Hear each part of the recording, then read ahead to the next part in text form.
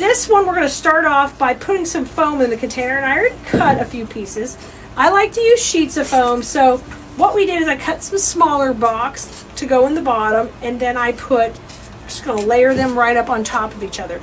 Our filler in this particular case is you're going to get a section of garland, a nice long piece, and we're going to take that and make it be like a grass in this container. So I'm going to take and just trim off the end here, and I'm going to turn this into like a little bit of a filler in here. I'm going to turn it into some little picks, all right? So I've got 5 or 6 stems here on one, and I'm going to trim that and have a little bitty base. So let's do that at least 3 times to start with. Now, I've got my glue pot over here, and we're going to bring it in to dip these in and start kind of shaping up our container. So let's take and put one in the middle to start with. And this is just our grass to fill in the middle.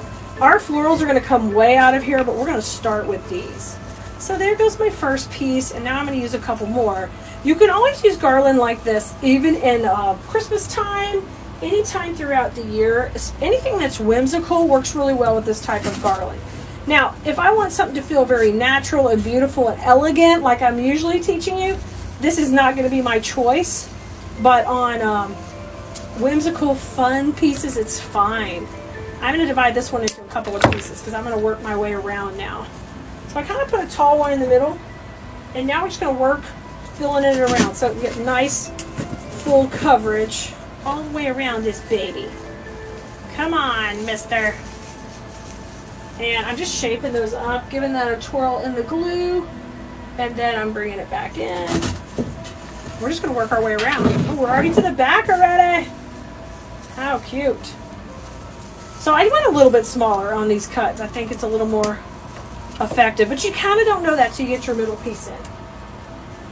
All right, but you have more than enough to get good coverage. I'm really not worried about that.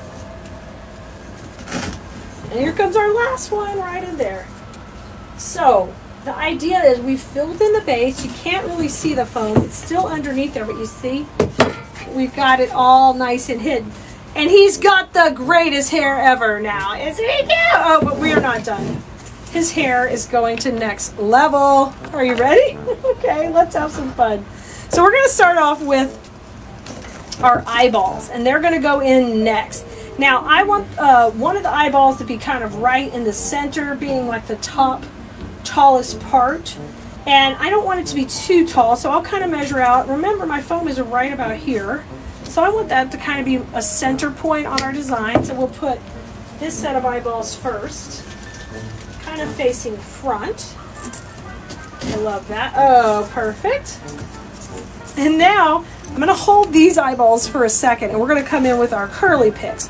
So our curly picks, we like to use these like fun little fountains of movement. I think they're just too fun.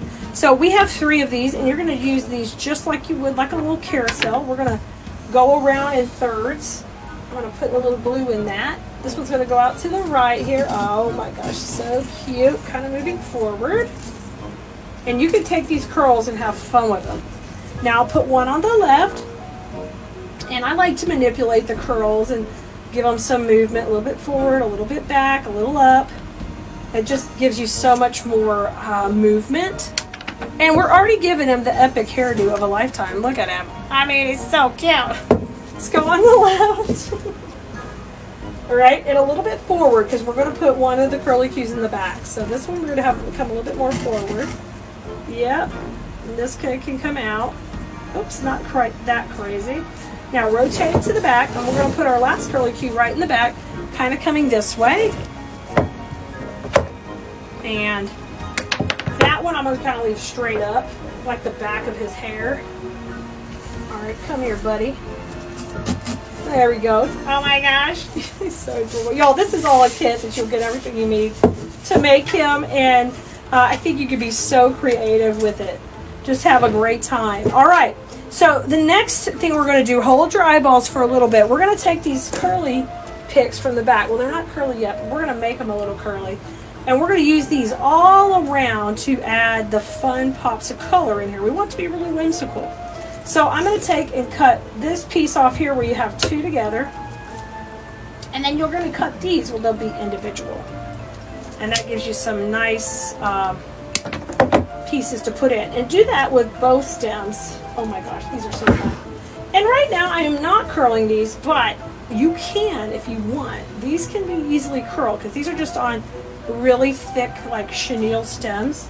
So they definitely will manipulate however you want them. Okay, it went from cute to adorable. All right. It's nothing more fun than whimsical Halloween stuff. It just makes you want to be a maximalist. Go, go, go. Decorate, decorate. Have fun. All right, so when we get done, we've got the two that are the individual pieces. We have 4 of those, and we got our eyeballs just off to the side. Now save these. We might want to use these to stake something in another project. Now these 2 pieces, I want them to run in between the curly cues. These are the tall ones. So have your tallest part going here, and then your smaller part kind of running in between. All right, so we want to create the height with these. And then you can decide, do you want to curl them? Do you want to have them move a little? Or are they good just like they are? So let's bring these down. Oh my gosh, curl this one. Oh yeah, that's just so fun right there. I'm going to curl that one a little deeper. I love it. This one can pop up here. All right, the same thing on this side. So the taller part running in between and the smaller part coming out right behind that eyeball. And we can just make this super duper cute. Let's do it. I love that. Let's go right here. Woohoo! Let's bring that one to the back. I love this. And curl that one or let it go wild. You see how much fun that is now? Look at this hairdo. Y'all, these type of things are just great for me at craft shows. These really, really do well. Just because they're just so whimsical. Now, our other curly pieces here, we're going to curl them actually. They're not curly yet. And I want to use these tight in working around the base. So I'm going to take my first one and just go right in here to the front. And I'm not going to have it come forward. In design school, we call that breaking the plane. I'm not going to do that too much, mainly because his face is right here. And we just want to preserve his face. But I'm trying to get a little of this green color that's moving upward from the rest of the container. I want to bring some of that in there. So I'm going to curl all these, and then we're going to go around. We'll put one here. So just as you move around, you got a little pop of color there too. I'm going to put this one on the right side. This is the back side of the arrangement. This is pretty fast designing and really, really, really super cute. Look at this. And now this one, I don't really need to be super tall because I'm just trying to go back here in the back. So I'll just curl that up and we'll put right in the middle. And I'll just make a little spot, pop that in. Look how cute. You could even, if you want to be brave, have that go up. All right. Okay. Well, we are just about done. We've got our fun little eyeballs. So I want you to grab our last eyeball pick. Ba-ba! Right here. And we're going to break this down into a couple of smaller pieces. So the way to do that is these two will come with a nice spiky pick, and these two will just be 2 eyeballs. So we're going to break that apart right here.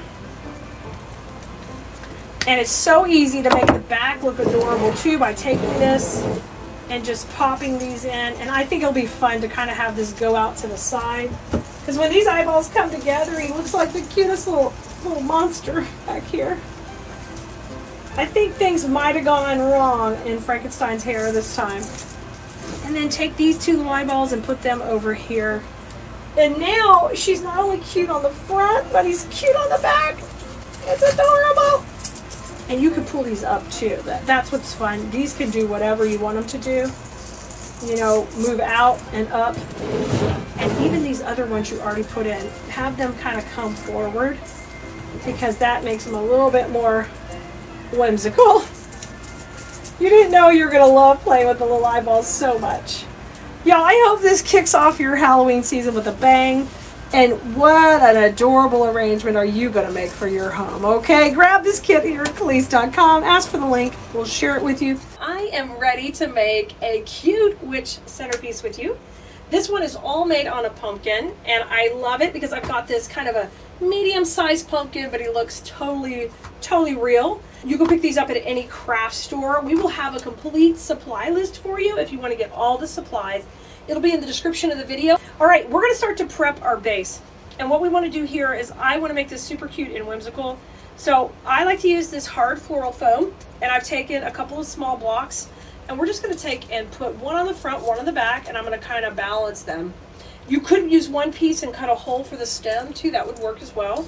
I like to double secure it with a little bit of Gorilla Glue, and Gorilla Glue is right here. I just get this at my craft store, Walmart, Amazon, anything like that. I'm going to start off here by putting the 2 pieces of foam on. So now I'm going to put some hot glue, go into my glue pot over here, and I'm just going to scrape it off, but you want it kind of thick and juicy. So we're going to put this one back here. I'm going to kind of scrapey and get a lot of glue on there. And then I'm going to put one towards the front. So we're kind of separating it in between the two. Now, one of the reasons I love using the foam pumpkins is they're very forgiving, they're easy to work with.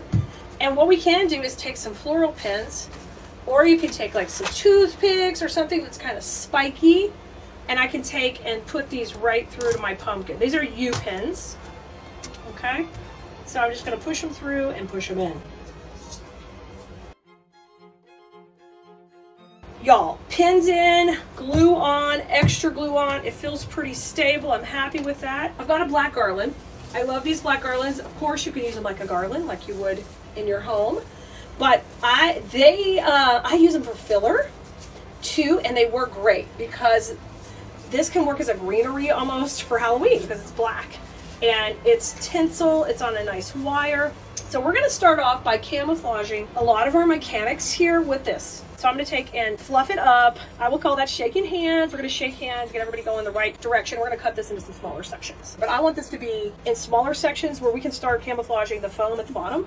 If you like our skeleton head in the back, we made him in a pumpkin head in design school. Totally love those projects. They're exclusive to that group. And they have the supply list. They can pop on there and order anything they need to make that exact project, or take the supply list shopping at their favorite craft store and stock up to make the exact same project. Y'all, if you'd like to join our class, just go to KhaleesDesignSchool.com and you will be set up. You can go to WreathTeacher.com too. That might be easier than my name to spell. All right, I'm coming on with these pieces, and we're going to just take, and I am just going to put them really close to the foam, so I'm just going to bend them. And I'm going to use my floral pins over here again. And then I just take those and I'm going to pin them into the side of my foam. Or we know you can go directly into the pumpkin too if you want to. But you can see how that's already kind of camouflaging our foam on there. So I'm going to work my way around. Let me get another one. We'll just bend it around. Now, at Christmas time, you can use the same green pine to camouflage the same type of things for Christmas. So I could do this same type of design for Christmas, but on a big ball. How about a big, beautiful Christmas ball? Yeah, I got you thinking now. You're going, hey, options, baby, options. And we're going to work our way around. Oh, that one kind of needs to get, I think we'll push this one into the foam right here. I pinned it on the one side, but not that side. I just use my electric glue skillet like a glue gun. It works just fine. It doesn't get as hot as a glue gun, so I get way less burns. And I'm able to just dip things in there and swirl them around. So it's really quick and easy to work with them. All right, now this piece we're going to just have around the back, and I'll just pin that in a couple of places. And you can see we've already covered up a lot of our mechanics. We're hiding our green foam, so that way it's less to do later. Now sometimes I do this kind of mechanic cleanup last, and sometimes I do it first. In this case, we're not going to have a lot of picks like flying out of the bottom. They're going to come more kind of out of the middle zone here. So we have this started, and we can kind of clean up with that as we get to creating. Now, keep in mind, we want to keep our weight balanced. I know I'm going to have a hat, I'm going to have legs. So as we're designing, we got to think about, okay, where is everybody going when we put it on there, okay? So I think we'll kind of sit it like this, a little catty corner. This is our hat, and our hat's going to go right here. I'm going to put it kind of off to the side in the middle, but I think I want to kind of crunch up the top of the hat and get this moving, give it a little action. So I'm going to cut the little hanger off of it. We don't need that. And we're going to grab one of our stems. I have a longer stem, and you'll have some too on the project that we're doing today. You'll be able to cut the stem off. And we're just going to slice a little hole and go right up the middle so we can kind of manipulate this hat the way we want it. So just get in here and slice it up. This is felt, but you can just poke it and cut it. Put this piece in and see if you can work it to the top. Wiggle, wiggle, wiggle, watch it wiggle, see it jiggle. Let me try a skinnier, let me find one that's a little skinnier and see if we can get up a little higher. These black curls we're about to use, they're gonna be pretty skinny, so let's try one of these. I don't know if it'll be long enough though. Let's see. Oh yeah, there we go. Now, I'm going to put some glue on it now since I got it in there a little bit better. And that'll help me have a little bit more control over angling the hat and how I want it. So I want it off to the side like this, and that way I can kind of droop it over. We're just going to cut that for a couple of inches. And then I'm going to put a little glue on it. And we're going to put that witch's hat right in. All right, and bring her way back here. Push her in, get her started. There she goes, yes, yes. So she's gonna kind of be off to the back here. And then I think I wanna take and even bend this hat back a little bit so we can have all this fun stuff in here. So in order to accomplish this, I feel like we should put some glue on there and let it start kind of setting up. And then if you had a clamp like that you could put on it, that would be perfect. So I'd have to hold it for a second. So hold please, holding. But if you had a clamp or a clothespin, you just close it right on there and it would hold pretty good. We want to try to get that set up. Now while I'm holding that, let's get our legs in. I think our legs would be super cute. We could do them a couple of ways, but I think I want our legs just kind of crisscrossing like she's chilling here, coming out to the side. They also have wires in them. Let me see if she'll hold yet. Oh yes, she's doing good over here. Don't come undone. There she goes. Don't you do it, girl. You stay closed. See how cute it is to take the legs and like crisscross them or kick them up? I think they're so fun. I'm gonna cut this little hanger off and we're gonna pin these in kind of towards the top. All right. You guys, wherever you're watching from, make sure you let us know on the video because we're having so much fun. And then make sure you like, subscribe, and follow so you can get more exciting, fun stuff. If you like this Halloween pieces, you can imagine what we're going to do for Christmas and fall and all the seasons. It's a lot of fun. Okay, let's tuck these dudes up in here. They do have wires. I'm going to try to pop the wire through the little leg. We're gonna manhandle this leg. Pardon me for popping out your hip, Miss Witch. Oh, she caught my cable to my phone. Okay. Oh, yep. Beautiful. Now I can play with that some in a minute. We can get it going how we want it. Oh, yes. She's kind of loose, you know. She keeps these legs moving. Yes. Okay. Pop her other hip out. Pardon me while I pop a hip out. Excuse me. Wire coming out. Ugh. There it is. Okay, and I want to get this one where she's also just having a great time. And these legs are rocking up here. Let's put this one over here. And then I'm going to see if we can crisscross them. Well, I don't want to have to give her a knee replacement, but I'm feeling like I want them to be up and presenting themselves. There we go. But so far, her hat is chilling back. Her legs are a little bit, we had to do a little dislocation. And then we're ready to put her florals in. And we're going to keep this super simple. We are going to put in these cute little curls in a minute, because these remind me of cute little curly hair. And we're going to give her some berries in there too. So let me start with the berries, and we'll start to section them out. And I want these to kind of give us that creepy feel against the black pine we have in there too. So let's go ahead and lay the foundation with the black pine for her hair. Then we'll come on top of it with the berries and the curls. If you know what I mean, it'll be a 3-step approach to go in here. So let's get this one in here. I'm going to take our pine piece. Now these come in 6-foot garlands, but we're taking and we are using them and cutting them in little sections. So I had used some of this garland in another project already. So I'm going to hold it like a pencil. We're going to swirl it around in the glue pot. And I'm ready to put this in on the right side. Okay, here it comes. Bring it towards me. I'm going to go to that back foam. Okay, and while I'm putting everything in, I also have to think kind of about a little bit about balance, because I just want to try to balance my pumpkin out. Perfect. Now we'll put this one on the left. Super cute. Super cute. Now let's take and fluff this one out, and we're gonna put this one on the left. A little on the right, a little on the left. Her hair is looking fabulous. So that's gonna work really good as a foundation, and it'll give us a nice black backdrop for the berries to go on top of. Okay, berry time. I dropped the berries, but I got them. Okay, no, these berries I've been working with a lot, and I'm loving them because they're very manipulative, and you can move them around and have so much fun. So out of each stem, I think we can get 2 cuts. So I'm gonna cut these. I'm gonna save these little wires. We might need more. We might need more of the wires. Especially if I get crazy with these legs and I dislocate her hip again. Okay, first going in here. All right, and I want that to kind of poke up and move out. And this one I'm gonna put right next to it. So we got some berries going on the left here. I'm gonna put that one in closer to the hat. Now we tied a bow on a video already for this project. So we will be linking that bow video up also too in this YouTube video so you can have it together. So the bow video will be here and this project video. So when we get to the bow part, it'll be a separate one. All right, I'm just cutting those into 2 sections also. And we're gonna come on to the other side. How you doing? Hello, hello, hello, hello, hello. I love these stinking cute polka dot boots. I feel like I need polka dot boots. See, that's why we have to keep it balanced, because otherwise, you know, she'll start kicking up her feet and things will get wild. They will accuse her of riding her broom under the influence of berries.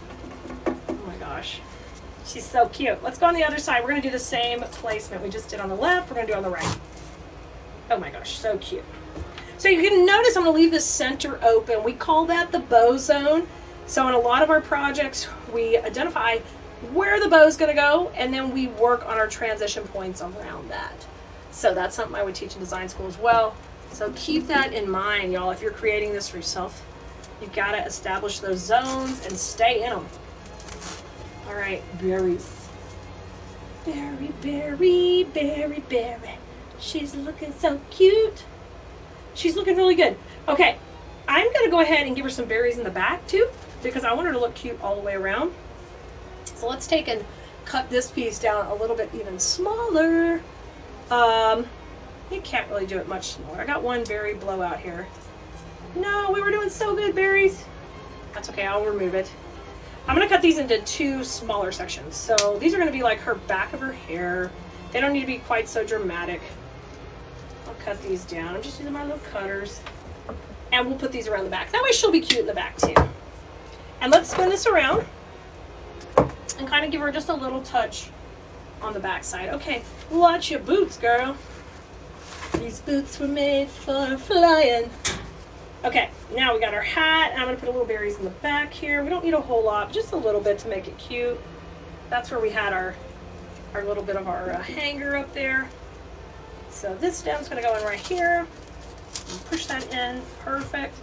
And then I'm going to use some of this pine to just kind of hide my greenery up here. She can have her hair back here. All right, and then how about a little bit on the right? I'm going to trim these down a little. Make them a little shorter. We'll pull them off the stem.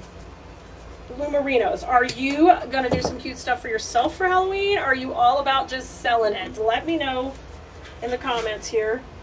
Are you like, no girl, I am here to make the dollars? Or are you like, I gotta have cute stuff too? I know I have a combination of both.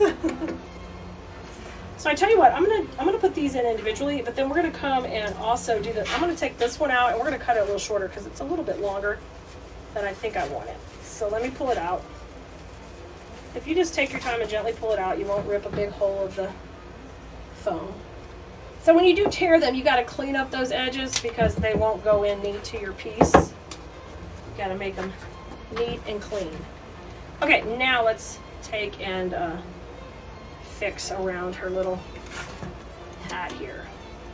I think a little shorter will be cuter. There we go. And I'm I'm going to put this one in and then just cover that glue with the, you know how I'm usually using moss to cover glue. If you're a normal blue merino, well, none of us are normal. Let me rephrase that. If you're a regular viewer, then you know I would use Spanish moss to cover that, especially if you're in design school. But in this project, we're using the black garland the same way. And then I'm popping all these cute little berries in. And then I'm just going to bring the pine over the top to hide it. So now she got the cute little hair in the back too. So hair in the front, hair in the back. Look at her. She's a diva. She's feeling good. Now, I want to do a little bit of fun stuff on the hat too up here. I'm going to use the combination of the curls and the berries. But let's take and get that bow in the bow zone real fast. Remember, we made this on another video, so you'll be able to grab that video and put it, watch to learn how to make it. Basically, we call this a 2-1, and then we did a pop of just a tail in here. I'm going to need to put I'm going to need to make my own floral pin in the back. So I'm going to grab this. This is a piece of wire I saved from another stem. And watch, you can make your own really big U-pin. So I just fold it like a V. There it is. And then run that through the back of your bow. I probably put a cable tie in the back of this bow when I made it, but sometimes I'm getting ready to take pictures of the bows and I take the cable tie out. So, duh, I needed to leave it in there. So the reason we want that longer wire is we got to reach way back here. So we need some room to get back to it. So just adjust. You can always make your own wire U-pins and use to put your own bow in. Now, different ways to put bows in, very practical, would be just regular straight up and down, where you'd have that black and white straight up and down. That would be fine. I generally like to go whimsical, and I want to kind of angle the bow. And so I'm going to do that, where this is going to go in where the black and white kind of goes up at an angle. Okay? Just because you're using a floral pin, you still have to glue into the foam to keep it in place. So I'm going to put the glue on, and we're going to push her in here very carefully. I'm going to put her in that back foam back here. Why is there glue on this tail? Tonight's not the night. Everything's not going to be alright. 'Cause you dipped your ribbon in the glue. Now you gotta cut it. Fail. That's okay. We'll just recut these where they match. So I'm going to re-dovetail them. Somehow I dipped that in the hot glue. Rookie mistake. So I gotta cut this other side to match now. If you accidentally do that, it's not the end of the world. You just sing a song and you fix it. Especially if you're Looney Tunes like me. Alright, we're gonna be, I don't know if we're kicking these heels over. We can always just leave them loose and then we can kick them over when we get, wherever we want to display it or take pictures. But I think I'm not gonna permanently glue them together and make them permanent. Okay, so she's super cute. She's got berries, she's got garland, she's got this touch of whimsy with the black and white, and we're gonna take some little curls to add just a little bit more fun to her, and we're gonna use those up here, kind of coming out from the hat and around her whole body here. So let me fix this too. See how this one's kind of jetting out and it doesn't match this side? If you see that in your piece, just come back and just say, hey, I'm gonna trim that down, no big deal. And I'm going to make it a little shorter and go back right where it was. Okay, and you may not notice that till you get towards the end of it. Just like I did. I didn't really notice it as I was manipulating this chip into how I wanted her. I was molding her to what I wanted. There she is. Super cute. Alright. I like that better. Isn't she cute? Alright, let me grab my other curls off the ground. Of course, I always drop something on the ground that requires me to move to get it. But I will get it. Aha! The other curl. Okay, so these curls, I'm going to use them kind of whimsical, and I would like to have a couple coming from behind the bow with just a little bit of berry, and maybe, we'll have some coming down. But these are going to be my last and final touch I'm putting on, so let's separate this into a couple of sections. It's pretty easy to take one long one here, trim it, and then you'll have a baby one right there, okay? And I think these would be fun to come out from behind the bow, kind of shooting up a little. So I'm gonna come in here and put a little glue, And we're going to need to just go in kind of behind the bow a little into that foam. Now don't worry that you just have to bend this back a little. All right, no big deal. And then what I want you to do is I want you to have these curls reach up. Anytime you've got anything that curls, you get these cute little picks from Khalees.com. You see how I can manipulate them and I can really let them be whimsical? Do that. You don't have to use them just how they come flat. Take and play with them. They're so fun to manipulate into different directions. So let's do the same thing here. I'm going to leave this one, I think, all the way long, because we're going to do what's called create a line. So when you're designing, you've got, direction, you've got flows, but then you're able to create a line that draws the eye through the design. So even though this is fun and whimsical, there's a lot of precision we're going to use. We're not just going to stuff things in. That's how I teach in design school, and I'm going to show you guys the same way. So this is how this pick is right here, right? It's kind of mirrored. So if I were to bring it down, and it would be exactly the same way this way, right? If I were to manipulate it that way, but I'd love for it to swoop that way also. So if I want to do that, all I've got to do is bring these this way, and now it can be just almost like an S-curve line working through the middle. Okay, if I nerded out too much on curves and curls and lines, just have fun creating too. I get excited about weird stuff. I'm sorry, Bloomerinos, but this is what I love to do. Okay, we're going to come in the bottom with this one. I just swirled it in. Come in down low, and we're going to go to that back foam. I want to hear it crunch in. Once it's crunched, I know it's in, and now it's going to flow down. And what I want you to do is take and start to move them around. Y'all, I hear Honey Bunny moving the hose out there. Oh, Moo just walked in. Hey, Moo. Hey. Do you have a quick question you need to ask, Moo?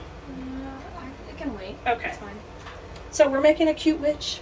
Do you think her legs should cross? Right now we're leaving them out. I think it should be out. You like it out? If it crossed, it would, like... I told him she's kind of loose, so, Now we're going to take and put the last curl in over to this other side. I'm sure you guys are saying, hey, Moo. Thanks for the follows. Thanks for the love. I'm going to take my last piece. Once I've got my curls in, I'm happy with my flow. I'm going to go ahead and use a little bit of triangle placement. Pop this one off to the right. And you can see how I'm letting this just flow differently. And that's going to go over to that side. So even though we use the curls, we didn't use them like the hair. We use the berries like the hair. We're using the curls as the accent pieces. And we don't have to have tons of stuff. We just have 3 elements here. I'm going to pop in my last berry, kind of coming right underneath the bow, like it's a little bit of her bangs. And I think we did it. We did it. I think she's super cute. She's fun. She's whimsical. You can add brooms. You can give her candy. You can give her more pumpkins. You can go to town. But this simple recipe of berries, curls, hat, and legs is easy peasy to follow, and you can do it too. Our Freaky Friday, the 13th party.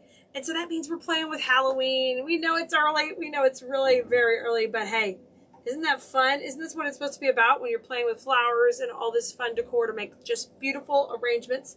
And so today, instead of using flowers, we're going to be working with completely all candy, all Halloween candy. So I'm going to come in here and see who's live with us so I can say hello, of course. You guys, awesome. Now, I don't know if you've seen these. These have been around for a little while, but they're glass candy containers. Now, I got some last Christmas at Target, and this one I picked up at Hobby Lobby. And as you can see, it looks like a cute little vintage candy gumball machine. Okay, the little lid comes off. It is glass, and I wanted to use these last Christmas, and I ran out of time. So this time we are doing it right now, early bird, for Halloween, and I want to show you my idea for creating on this. Hi Trudy, hey Ramona, hey Deborah. I'm saying hello to everyone over on Facebook, and hey there Nicole over here on TikTok. Hey Ruth, good to see you too. So this is the candy jar, and I'm going to show you how to prep it up. Now I love you too, Desiree. I'm so glad you're here. Hey Pat. Now, it is not divided, so you could see how my hand goes all the way in? You could fill this totally up for whatever holiday you wanted, but the black base was going to work perfect for Halloween for us. So, I'm going to show you how you can easily fill it up. And one of the things I did is I think real candy corn would be adorable. And they have different colors. And I'm going to take this one because I like the black. You could just fill it with normal candy corn if you want. Of course, it's not really candy corn time right now. But I'll also show you, this is a cake pop pick that we have in the store. And I'll show you how I just cut those off there. And we can just load up the bottom of it with the little cake pop balls, because that's so cute. Just fill them in, and however many you want. And then I added one of these. This is also a pick with cute little cupcakes.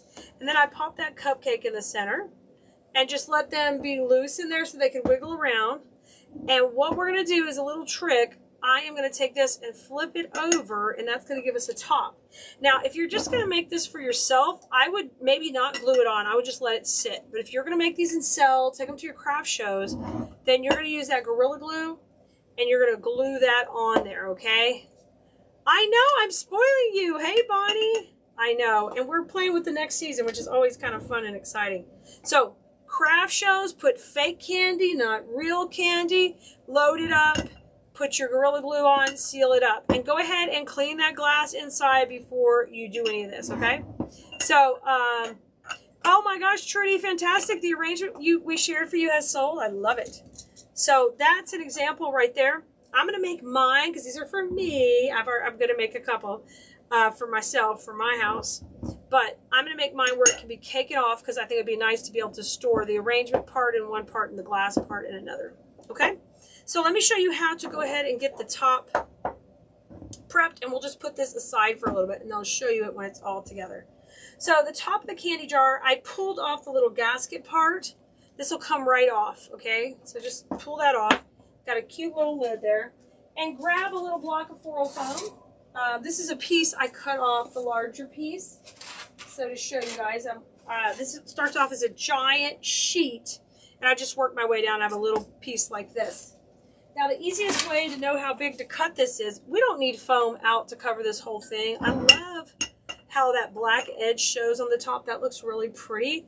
So let's just have foam on the very center of that circle. So just like if you're cutting out cookies with a cookie cutter, just go to the edge of the foam and just press. Hey, Bonnie, hey, Karen. Thank you, Cynthia. It's going to be fun.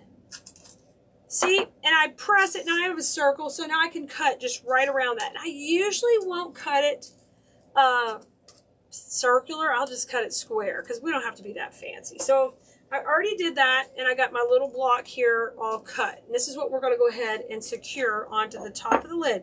And we're flipping it over because we're putting it on the top of the candy jar. Everybody got it? Everybody follow? Yes, thumbs up. Fantastic. You guys, we just sent out a text that we were live. So if anybody wants to get on our text list, you'll want to grab a spot. Just go to textcali.com. or text us at 832-734-5201. Just text us the word live, and we'll send you out alerts when we're live. And hey, you don't have to always get the text. You can do them whenever you want, but it's so nice to be able to go back through those texts and see what videos you've missed, okay? This is the Gorilla Glue that I'm using right here. It's clear. I like it to attach glass. You could also use E6000.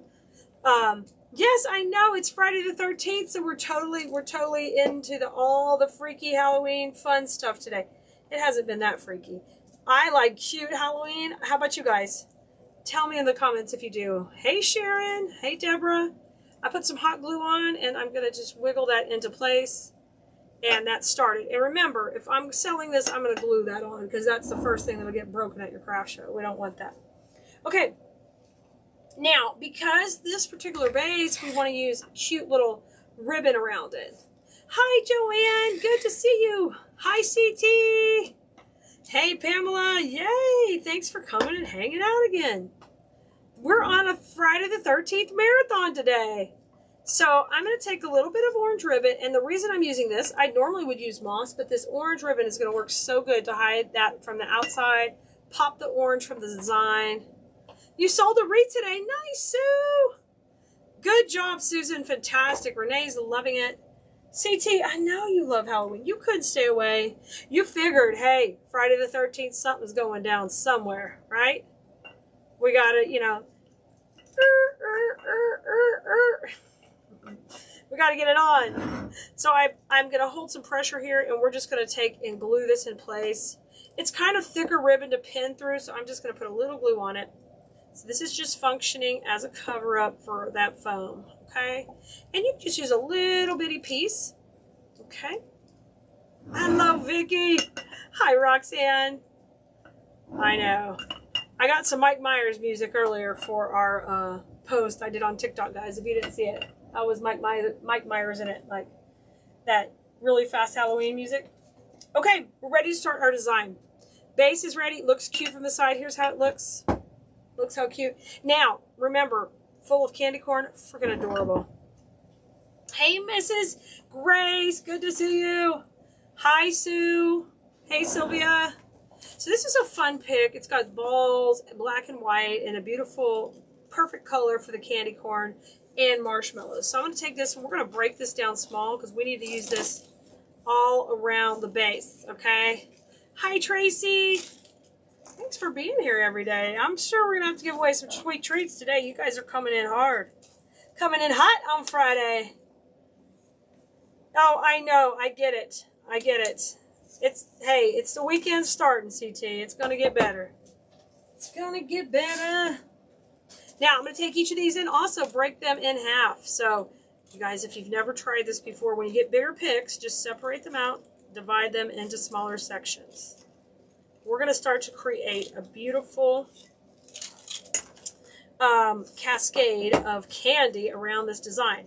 And I want you to think like synchronized swimming, okay? You know how synchronized swimmers, they make patterns and they all come up and they raise that one girl up in the middle and she's like way up and, you know, everybody else is around, their hands are doing that thing. That's what we're about to do with this design, okay? It's going to get crazy. Or if you've ever seen a fountain show with a fountain and the lights, that's what we're about to do. Oh my gosh, and it's a full-blood red moon. Oh my gosh, we better just stay home all weekend. Debbie, right? It's hot. I'm just giving these a quick little love, which means just a little rotation and a little bit of movement. The balls are wired. All of this is wired, so I don't have to let it stay all crazy and janky. I can straighten it up. Okay, and let's get this last one. Okay, so I've got 6 picks ready to go there. Now, our like main part that's going in the middle is going to be a big cupcake. So let me grab the big cupcake and bring her into the show to kind of show you. Okay, maybe.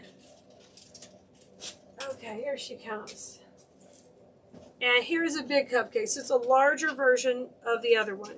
So I'm going to take, she will be going right in the middle of the design in just a little bit. So remember, we need to leave room for her off to the side as I start to go around with this. Woohoo! Sue, you're in the craft room. I love it. I love it. Now I'm going to start to use these kind of going out. I'm going to use the white and yellow going out. 1, 2, and one more 3. Oh, and it's gonna be super cute. I'm starting to put them all in right now. Let me pan out just a little bit for you guys on TikTok, or for you on YouTube. I'm trying to go out a little bit. Sometimes centerpieces are tricky with angles. Okay, now I'm gonna go in between these, maybe going down just a little bit more with the one with the orange, okay?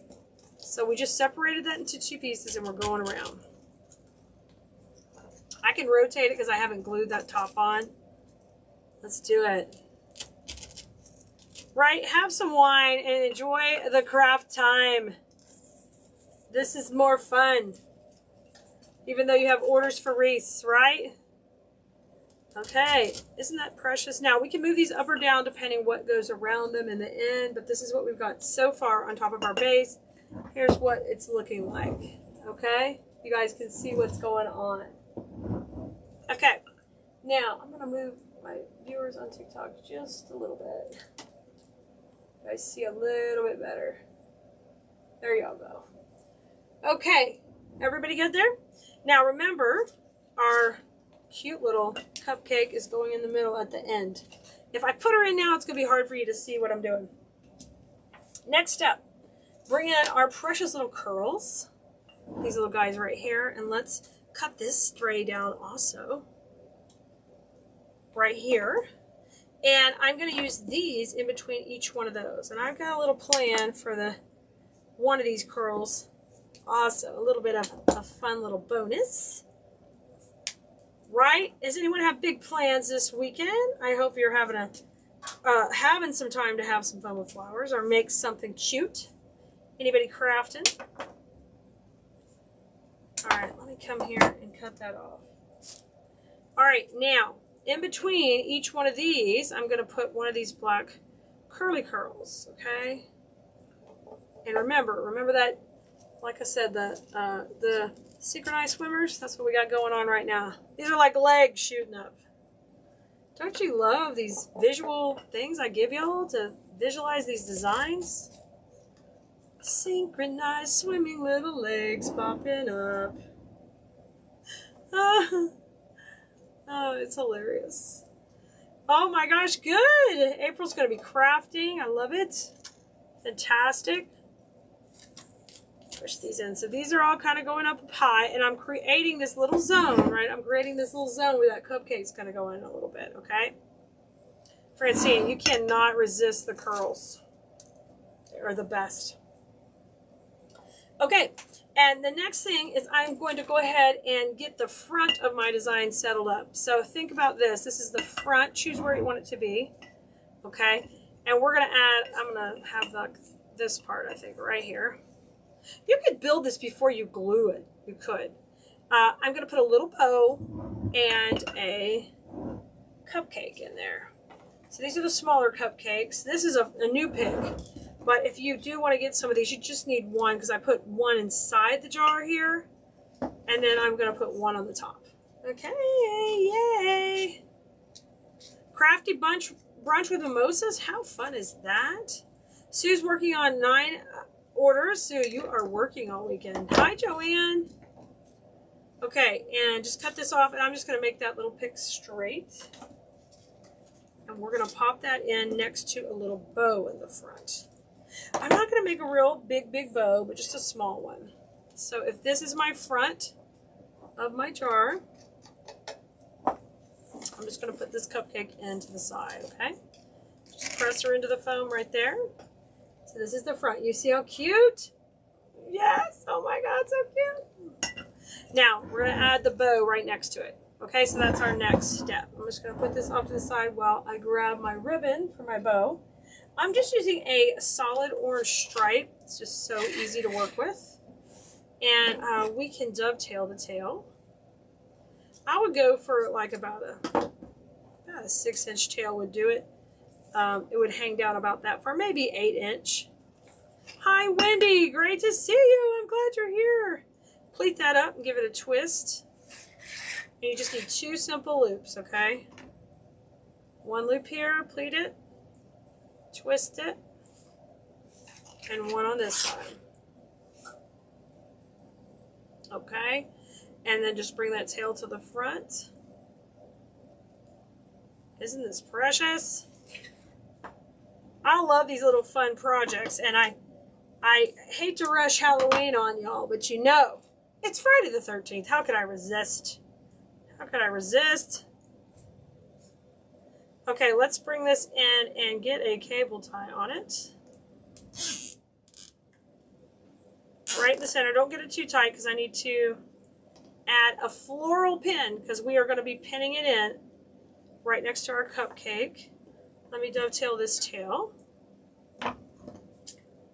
So little cute bow, floral pin in the back. Now the next thing we're going to do is instead of adding another piece of ribbon to the center, y'all, I'm going to use one of those little black picks. We have enough left. We'll put one of those little black curls in the middle. But really simple bow. We just can see the cable tie in the middle right now. So we need to get that fixed. So I'm going to take one of these little curly curls and we're just going to run this cute little piece right through the middle. Sometimes it's a little unexpected twists that are going to be so cute. Run that right through the middle wire too, right here. And twist it. Hi, Vicky. Good to see you. Desiree, I make it look so easy. Just lots of practice. Just lots of practice. Wendy, right? People act crazy because of this day. I love it. Oh, somehow I wiggled that past the...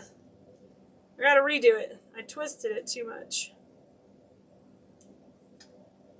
You know what? We don't really need to twist it on the back. Let me make it a little shorter. Right, Vicky? We're just, yeah. I think whenever we have a Friday the 13th, we'll just stop and do some Halloween. Just to be crazy. Yeah, right? Okay. A little bit of black curly Q right down the center. You have a little bit left of that. You can definitely add in somewhere else. And so my idea is we pop this in right beside the cupcake, okay? So I'm going to dip it in the glue, push it into the foam at an angle. And now we have, so far, we have a cute little bow and a cupcake, okay? Bow and cupcake. And this is the look we're going for, remember? Here's our candy jar. Oh my gosh. This is so cute already. We're not even done. We've got more to do. But I want to keep showing you the progress as we go along. Isn't that cute? So when I stop and show you something like this, if you want to see the steps along the way, you can always take a screen grab, okay? All right. Now let's come in. And I'm ready to put my big old cupcake in the middle. Okay, so here comes that big one. Right here. It's just a bigger version. Now, depending how high you want it to come up, I don't want it to come too high, but I want it a little bit because I'm planning on putting a few little cake balls around it. So I'm trimming it off. I'm going to straighten out this wire. Aw, happy birthday, Pam. You love Friday the 13th? Oh, that's awesome. You got to enjoy it, right? Your mom probably, or your dad probably gave you the what for about that.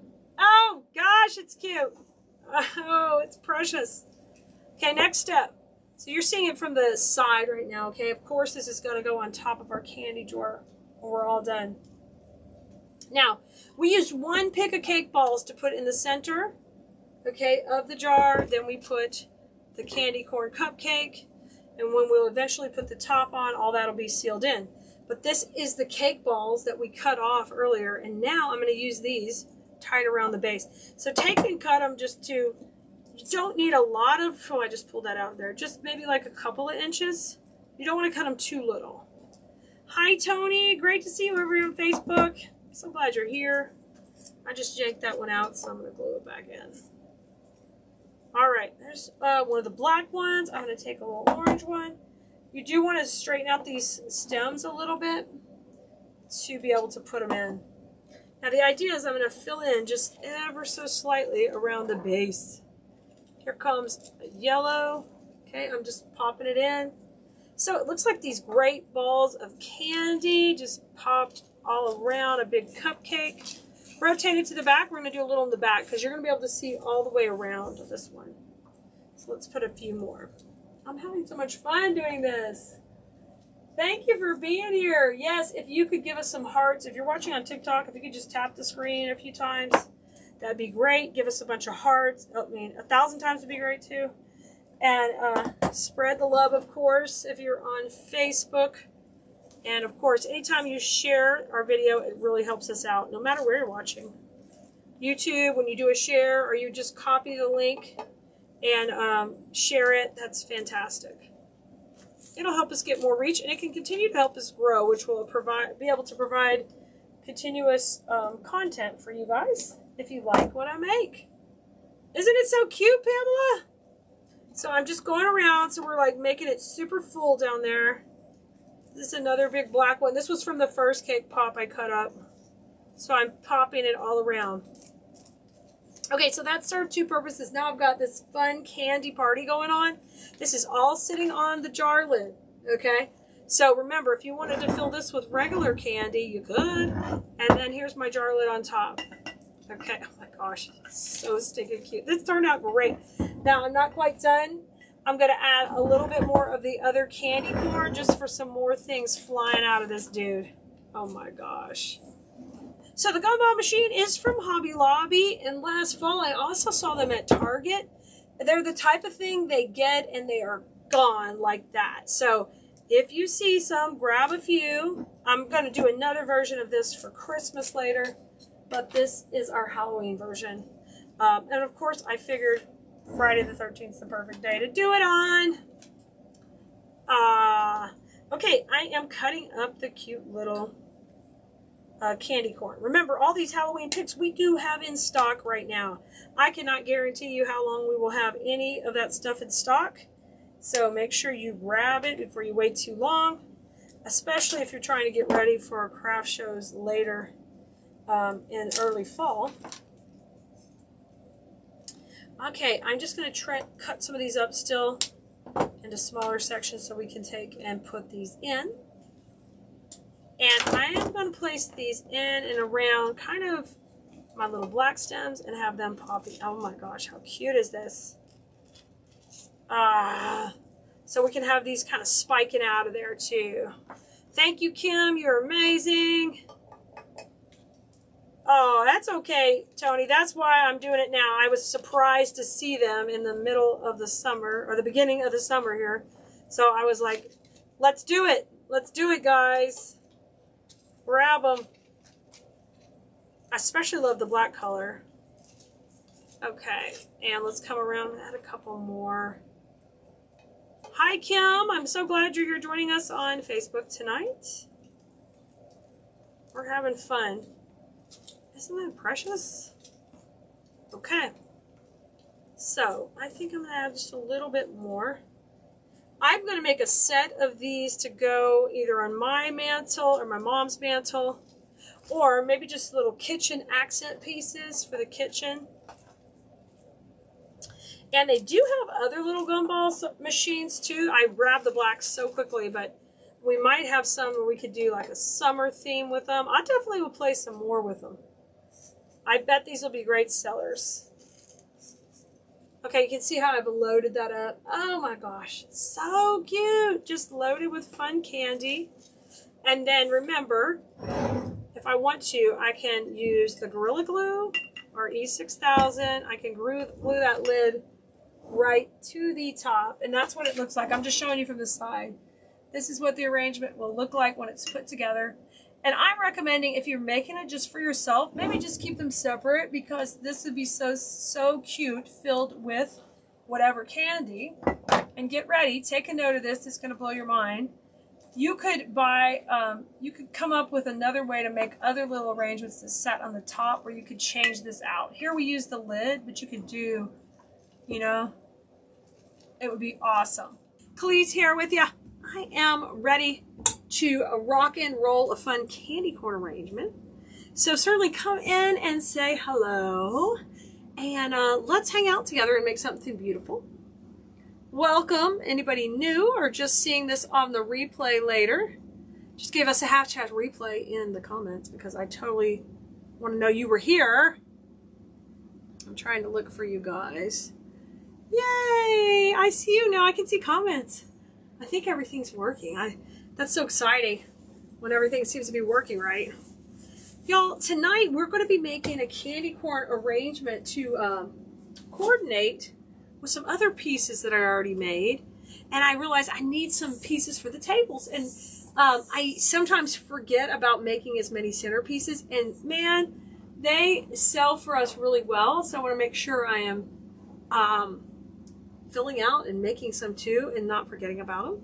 So don't forget to make some for your craft booths or to sell in your Etsy store, or even for your house at this point. So let me show you what we got going. Hi, Juanita. Oh, good. I see you. Hi, Carlin. Hey, Sheila. Hi, Bonnie. I picked up this kind of cool looking container, and it's this kind of, it's a slightly different yellow than these, but I like that we have all the different yellows going. And when I saw it, I said, you know what? I bet we can use this for candy corn. And I got this at the at-home store, guys, okay? I picked it up there. It was on closeout from the summer. So y'all make sure you're checking all your normal stores you run into and see if they have anything cool like that that you can use for different seasons, okay? Hi, Teresa. Hi, Linda. I'm going to use 2 big pumpkins in it, and then this is going to be our big filler. It's got this kind of mustardy yellow, and then it's got the yellow that's more the container yellow, which I love. that goes with all the candy corn and stuff like here, okay? Hello, yeah, it's been so long you feel new. Oh, I'm glad you're here with us. As always, I'm glad you guys can join us. So let me bring the glue pot over and move some of these candy corn away. But I've got a selection of candy corn. We're gonna have a pop of black in there too. We're gonna use some of the lollipops. And I'm gonna use a couple of these fabric candy corns also. So this is all in the traditional orange and yellow and white candy corn look. So if you can kind of see, that's our color palette we're working with. But if you're going to get on some of the new pastel trends, oh my gosh, all of that stuff just got here and I cannot wait to show it to you. We will be blowing up your feed with that. That is fun stuff. I love all the candy, especially for Halloween. It seems to be the time of year that we sell more type candy designs with Christmas and Halloween, of course. Doesn't that make sense? So my container is ready to rock and roll. I already got some floral foam in there. And I'm not going to use Spanish moss like I normally would because we're going to use tonight for filler, we're going to use the black garland. Okay? Pat, I did have a good day. How about y'all? This is my little Lazy Susan that I like to use. It's a pretty one. But I like to use that when we're creating, so I can just spin this dude around as much as I need to. All right, the first thing I'm going to put in is the pumpkins. Okay, so I'm going to get some dowels in. Terry says, at first I wasn't sure about the pastels, but now I love it. Yeah, they're fun. They're fun. As you design more and more, you'll just be like so excited to have something new trending. It's just fun to work with. Okay. So I'm going to get these in first, and this is going to be a really big and bold arrangement. So I know I'm going to have to pan out a little bit, guys, for you guys to see. Sorry, you're going to see the whole work area today. It may not be pretty, but I've got to pan out for YouTube and Facebook so you guys can see what we got going on. All right, I'm going to take this and have this at an angle in here. So what I want to do is get my awl and pop some holes in there. The problem is, sometimes I don't put stuff where it goes when I'm done with it. And I have no one to blame but me. Like, why is this level in here? That level is not supposed to be in the organization area. If I can't find the awl, man, I can use my, I can just use my scissors, but so much easier when you have the proper tools. I don't see if I had it over here. Hold on. I'm coming back. Oh, I got it. I got it. Aw, hi, Sue. Aw, you're so sweet. Your favorite designer. You're the best. I am good, Sue. Oh, this one has a little hole we can go in the bottom. Yay. I love that these are covered with this nice felt material, but it is a little thicker. So use an awl to pop it in. Hi, Cindy. Thank you for being with us. I'm going to put this at an angle, so I got to kind of angle that skewer in. Y'all, I'm slightly under the weather. I'm trying to be chipper, but I'm a little bit dragging for the last couple of days. I have just been a little bit, I think, overdid it. So, but I'm still having fun with y'all creating. And the dang hot weather is back here in Houston. We had rain and a little bit of overcastness, and then just came back and got us. Hi, Renee. So first pumpkin's in, and you see how whimsical it is kicked out to the side? Okay, way out to the side. Okay, and now I'm going to put the other pumpkin in over here to the left. Just kind of going one on the right, one on the left. I should do a TikTok now and spin that around. I love making TikToks. I'm like addicted to them over here. I love making them and spinning stuff around or catching something. And we're not telling everybody about me falling, but up until the falling point, I really loved them. All right, here comes my next pumpkin I'm going to pop in. And I'm going to put that at an angle. And let's put her in. And just make sure you're leaving these long enough to get into that foam. Whoops! That one, we'll never find that stick in here. It's gone into the depths. There's a seam on the pumpkin. I'm just going to try to get it to the back here. Totally cool with it. So this is what we got. We got one to the right, one to the left. And now I'm going to start to kind of build out my back. Okay? And get a little height. Now this is going to match the kitty wreath we made a while ago. With the kitty and the pumpkin, the really simple design we did. And I want an arrangement that's fairly simple, but it's going to have the same color. So just a little bit of pop of black, orange, and yellow. It's going to storm there, Sue. Oh my gosh. Lisa, we do have the pumpkins in our shop. Oh, you fell last week too, Kit Kat? Oh my gosh. Yeah, me too. Trying to do a TikTok. Trying to run. My knee is recovering from the first surgery, and it's like, what did you do to me? So I'm going to take some of these and cut them into some picks. This is the black garland we have in our shop. Yes, we have the pumpkins in the shop. We've got everything is in stock. Some of it might be kind of low because we had this at the beginning of the season. So the quantities might be kind of low what we have left. But we'll post a supply list for you so you can see everything we have available after. Hi, Carol. Good to see you. So the black garland is very versatile at Halloween. It gives you a nice inexpensive filler. So you can definitely use this to fill in anywhere where you normally use greenery in a floral design. We're using this in little sections to, we'll be tucking it in a little bit. I'm not going to do that to the very end because I'm going to use all the picks and things first, and then we'll kind of stick this down in to hide. Oh, you're baking, Sue? Oh my God, it must be so much cooler there, Sue, than here. It's got to be much cooler. Okay, let's get our primary candy corns in. Good for you baking. I'm sorry to poo-poo baking. I'm just like, it's so hot. I don't even want to see a pumpkin. Pumpkin anything. I don't know why the lighting looks weird on here on TikTok. Hopefully you guys can see okay. All right, let's add in. I've got this pumpkin also, but I'm going to break it up with a couple of candies in the background first, which this is where I'm adding the black swirly lollipop. Let me just, I got a little chenille coming off here. Let me fix it. Repair. Sometimes you got to do a little repair. Okay. I got that fixed. I'm going to have this one go in the back. Okay. So you can see a little bit better here. It's going to shoot out the top of the arrangement. It might be a little bit high for you guys to see where I want it in the video, but I'll show you at an angle. Unfortunately, I made this one pretty high for the camera angle, but oh well. I'll tweak it where you can see it. Right? It's in the 70s. I am still sweating. Hi, Robin. Okay, so you can see my spacing. See how I've kind of got it between there, and it's adding that pop of black to the center.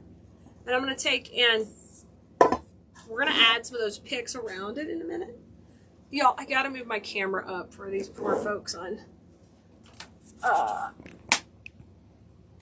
the YouTube, and y'all, the workroom's a hot mess, so don't look, Ethel. It was too late. She'd already gotten a free shot right there in front of the home team. Okay, the black one's in the back, and I want to also use a black one kind of in the front here, off to the side.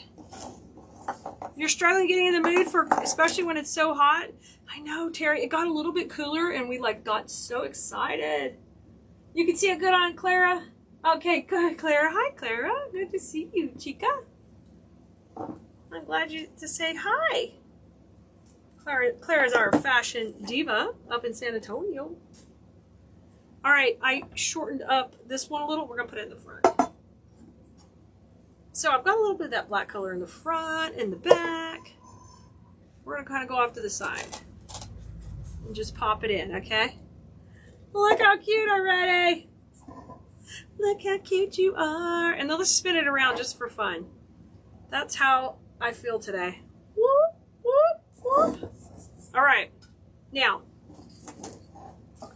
I am going to put some of these candy corn right here in the front. We're going to tuck these in and just have like a little candy corn party in the front, business in the back. There's one. I'm going to put the next one a little bit tighter than that.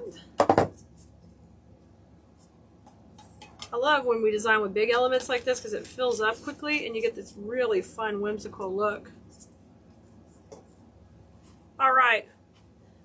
I'm sorry, Bonnie. Your mom passed away. Oh, I'm so sorry for your loss. I'm so sorry. Hi, Brenda. Okay, I'm going to use a little black kind of underneath there to hold these candy corn up a little like that, okay?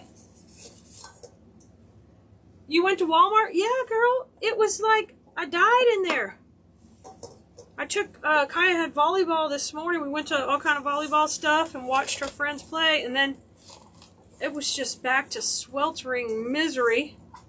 And then it started pouring. Okay, so I've got a pop of lollipops. Got some candy corn going. Now, I'm going to put the 2 taller candy corn here in the back. Kind of beside this one to kind of come out the top. And then we're ready to add a bunch of that whimsical pieces. To get the, you know, I like it to look wispy, whether it's candy or not. I like it to look wispy if it's flowers or candy or both, or doesn't really matter. Okay, let me look at it my way and see what I like. Oh God, it's cute. Let me tuck that one over. Get this one. Look here. You guys see over here? Look how cute so far. I can bring you guys up a little bit. Oh my God, how cute is that? Looks cute. Now, you guys over here, what do you think? We got good bones so far. Okay. Hi, lady. Good to see you. Yeah, let's get our little curlies in. Well, they're not really curlies. They're like marshmallows and balls. And this is where it's going to get really, the party's going to happen. So when you need a filler for a design that has bigger elements and it doesn't have the florals and things, don't be afraid to just get in there with something like this. These kind of picks are perfect for that. So let me take and pull them apart first. Oh my gosh, you've got a recipe for the pumpkin bar, Sue. You know everyone's going to want you to post that now. Feel free, Sue. If you get the recipe, put it in the comments. If anybody else wants to be cooking in the 100-degree weather, the pumpkin bars, to get them in the mood, do it. Do it. All right, I'm just trimming these down, guys. Just trimming them down. So when you use picks like this, you tear them, which is the easiest way to do, and it's better for your hands if you design a lot, not to be over cutting. We've got to clean up that edge, so that's what I just did. Okay, and if you're in design school, you know I'm going to say shake hands. These are all wired, so difference between stuff like this and the stuff you get at the regular craft store is we try to have things wired, so your stuff looks like $1,000,000. All right, let's start to design out here. I'm going to go in the center. Oh, Lord. That was just the iPad. Jeez. The iPad ejected. Get out of here. It's showing me ballet tickets. I like the ballet. What World Ballet Series coming to Stafford? Oh, wait. Time out. Pardon me. I got to buy tickets. All right, I got one piece coming out the front. Now let's get some of the pieces going up. Bring these balls to the front. Hi, Judy. Oh, Sue, it's one of these days. I try to be professional, well put together. You know, put on this really polished thing for y'all. Not today. Today it's a hot mess, but what we make is going to be beautiful. If it turns out a hot mess, I'm still going to like it. Still going to love it. I'm going to have this piece coming out of here. So I'm really working on getting my flow going, coming out of the center. You want it to look like an explosion is taking place coming out of here of candy and goodness. All right, let's keep going. Let's keep going. Going. Hi, Asia. Good to see you. Oh, you love candy corn? Me too. Some people hate candy corn, which I never even realized that. But I actually like candy corn, which I didn't know that means I'm a weirdo. But I should have known it meant I'm a weirdo. What do you guys like candy corn or not? It doesn't matter if you like it or not. It's stinking cute to decorate with. And I don't like to do any type of really scary Halloween. I will do skeletons and things, but I like Halloween to be fun and not too creepy. Terry says, I ride on the Hot Mess Express daily. Terry, girl, same. Same. Same. And I'll be honest with you, if something's a hot mess, it's usually the type of thing that goes freaking viral. If something's all put together and nice and we've got it executed and like the links are working and everything's like, oh, this is so great. That kind of stuff, it's like crickets. Okay, I added some more to the middle. I'm spinning it around so everybody can see. Hi, Dink. Good to see you. You eat it with the peanuts, Sandra. Lori doesn't like it. Susan loves candy corn. I love to hear y'all's opinions on this stuff. Because I am filming from so many different angles, you're just going to keep seeing me spin this around a million times so everyone can appreciate it. But keep utilizing these wires because I think that is one of the nicest things about this piece. We can spread it all out and just get it going on. I tried to go to Home Depot to play with all the scary stuff for you guys today, and but it wasn't all out yet. So I'm hoping we could get more of it in the stores so Klee can play with it. Okay, so my shape's coming together on the front. I'm still working on it. But here we are so far, guys. I'm loving it. You put the peanuts with the candy corn. Right?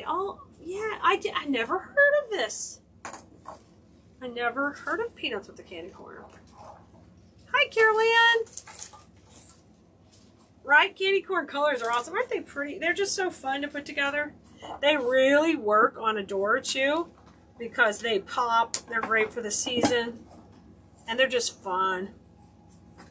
All right, here's my third pick. I may have to do 4, Nicole. I think I'm going to add 4 because I'm in love with this stuff. So I'm going to keep adding more in here. And then I'll put that little filler grass in towards the end. I don't need that yet. That's kind of just to cover up the moss at the bottom. And it's a garland. All right, well, that looks good. See, here's my front. Sue is steadily posting her recipe guides for her pumpkin bars. So y'all need to do some screenshots. They are world famous pumpkin bars. And you guys, if you all want that recipe, it's over here on Facebook, okay? Sue is putting in the comments, so it will be there on the replay also. Thank you, Stu. All you crazy people cooking. You have so many Halloween things you want to create, but you're intimidated to get started. Hey, Patricia, no worries. Just get in there and play. Just play with some and have fun.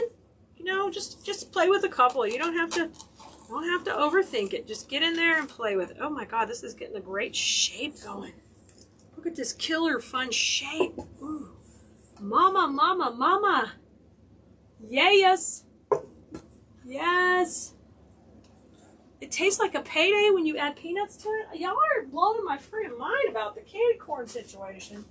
Over here on TikTok, there's a whole chat about how candy corn with peanuts tastes like a payday. And I'm like, what? You know what I gotta buy now? Okay, Sue says, then you put the cream cheese frosting for the top. Sue, my God, this is like amazing. This is not like a basic bar. Next level. All right, so the recipe is on Facebook, guys. TikTok's got the discussion about the payday bars, and I don't know what's going on YouTube right now, but I'm sure some kind of chaos is going down because that's the kind of video we're having tonight. Hopefully there's no weirdo freakies over there being freaky dicky. Okay, let me trim these down. We're going to continue. So you can see how these wispies are making the whole design. So it's important. That's where you want to spend your money, in the fun wispies. Melted candy corn dipped in chocolate makes a Butterfinger? Whatever. I don't believe that. Now we got a payday Butterfinger situation. You gotta be kidding me. Who the hell's I'm sorry. Who is melting candy corn? What is wrong with y'all? I mean, does it last in your home long enough to melt it? What the heck? I'm spinning it around. I'm going to pop a little more black here in the front to the left. So let me look at it for a second. the heck? Renee, what size pan? Lower, Renee. You've got to just figure out the pan. The poor, jeez. Renee wants the directions from the pan size. Renee, you got to wing it. You just got to wing it. Okay, I'm going to put some more big candy corn in here in a second, but I got my pop of black. Now let me go to the back here and add a couple back here. I'm just harassing you, Renee, of course. Like, people are screen grabbing the recipe. I'm trying to get rid of my hot flash today. Whew. Right, Terry? You got to do TikTok. You got to do payday bars. You got to try to do the Butterfinger, and now you're going to have to make bars. Renee doesn't want to mess it up. Renee, you've got this, girl. They'll either, like if you get too big, look how cute that is. If you do too big of a pan, Renee, they're thin bars. Too thick, too small of a pan, they're thick bars. See? Either way, it's a win. Okay, I'm going to put some more of these chunky candy corns in the front. This is so cute. What are we baking? Dallas, a recipe is up in the comments. So if you can't see it now, come back to the replay. You can catch the recipe. Sue is posting an entire recipe for pumpkin bars that she cooked today, and I gave her a hard time because I'm like, it's a friggin' 100 degrees in Texas. Clara, yes, all of this is in stock, you guys. So wherever you're watching, you go to Keleas.com, Keleas.com. You click on supply list at the top. I'm gonna give you a little hint. It'll have a supply list and it'll have a link to this video. Oh my God, look at this. It's like Candy Cornapalooza. Isn't it so cute? Thank you for sharing with us for sure. Okay. Sugar overload, Sharon? I think everyone's just like on a high here. Oops, shooty patootie. Everyone is ready. Ready to get their baking on. I'm just looking for like 85 degrees, guys, and then I'm ready. I need it a little cooler. Okay, I'm gonna go more right here. I'll turn around and show you guys. And of course, I get some finished pictures posted in the daylight. See, right, Renee? You need to know the details. Okay, I won't harass you. Renee, I would be buying the bars from her. I wouldn't even attempt to cook them. I'm in a strange mood to jack with you guys, so I apologize if you get offended. Don't be offended. I am just jacking with everybody tonight. I don't know what's wrong with me. What hormones are kicking in? All right, let's put a little bit more balls to the middle. Look at this. Your trees are starting to turn. Get out of here, Jody. Jody, coming here bragging about her trees starting to turn. Jody, brag. Huh. If you guys are over here on Facebook, Nicole just posted the supply list, so it's good to go. If you're watching somewhere else, go to Keleas.com. At the top of the page, you can click on supply list, and you can get a link to the latest one right there. You guys know I'm just kidding with you. I'm just not normally so kiddie. I don't want anybody to get pissed off and cause any kind of drama. But I need sugar, Brenda. Right, Terry? Wow, Terry's got a great comment. I'm not responsible for my attitude past 70 degrees. Right on, Terry. Amen. I need that on a t-shirt. I need that, like, scream it from the hills. No, this is really stinking cute. Really cute. Look. Ready? Look at this. Look at this. Da-da-da-da-da-da. Oh, don't close. No! No, don't freeze. Here it is, guys. It's a TikTok. Viewers over here. Heat makes us dizzy. See? Makes us dizzy. Sugar. Sugar's what I need. Sugar's what I say. I think it turned out really cute, y'all. I love it. I think it's a really fun arrangement. And I think what I might do is take some of that black candy corn ribbon and just add it right here and put a simple little bow right here. I think it turned out super duper cute. We got to start off by putting some floral foam on here. So what I've pre-done is I've cut some little blocks. So I usually get the big floral foam sheets and then I cut it into all the little pieces I can so I can get just a whole lot out of it. So what I'm going to do is dip these in glue, and then we're going to just, I've got my glue pot right over here, and I'm just going to give that a little scrape, and like you want a nice layer, okay? And we're going to tuck this right in on this right corner right here, boom, okay? We'll take another little square. This is probably like a 2x3 square. And I'm going to scrape that off also so it's got a nice coating on it. That's going to go on this side. So you get the gist. You see what I'm doing? I'm getting some foam everywhere. I don't need a ton of it. And then I cut a little block just to go right in front of this tummy. Because that way I've got enough area to put all of my pieces in and just build this cute little centerpiece right up. So when I'm teaching in design school, I'm always going to be teaching you to build a really good solid foundation, because I want to teach you to also sell your work and how you can get the most for every piece that you work with. So in design school, I'm going to teach you first to create a really great solid foundation by starting with greenery. Of course, the mechanics of putting it together with the foam, getting that on, and getting this base just ready to rock and roll. So we're going to start with these. This is a bush that has leaves and berries, and we're going to put these kind of in the background. So if you want to make this for your house and use this on your mantle, you can definitely change the supplies. You can just get the turkey. You don't have to get all the supplies, whatever you want that will go with your look. But this is one of my, really, it's kind of a fun, quick arrangement. Now hold on to those good wired stems. We always want to save these for other projects. Now, with this, I want you to take and I want you to move the leaves to the background and keep the pumpkins and the berries in the foreground. So it creates a base layer of greenery. And so if we're making a wreath, we would call that in design school, we'd call that greening the perimeter. And we're going to do that same thing with that centerpiece right now. So if you are in design school, give yourself a shout out in the comments. Tell us you're a KDS Blue Merino here watching. We thank you so much. And if you would like to encourage anyone else out there watching, let them know how much you love design school and what you enjoy about it. That would really be a blessing to us and our family. All right, I'm going to cut these a little shorter. I am a little bit shorter. I'm just trimming them down a little bit to just like about an inch stem. I've shook hands with them. I've got them right where I want them. And now we're going to green that perimeter like I talked about. So, depending how long and wide your mantle is, I want you to think about how far to go out. So, I'm going to go out about 10 inches on either side. So, we're going to go into my glue here and give that a swirl around. And then just push it right in here because this is going to be greening the perimeter. So this will be the longest greenery. The rest of the greenery will be shorter. And just push that into the foam. All right, number one piece is in. Now I'm going to go on the right with the same thing.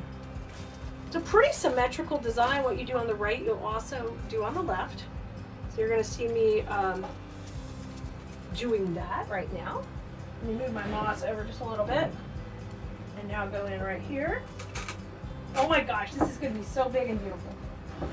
I love it. Now, the reason I got the Spanish moss is because that's, if I need to cover up or hide anything, I'm going to be using this, okay?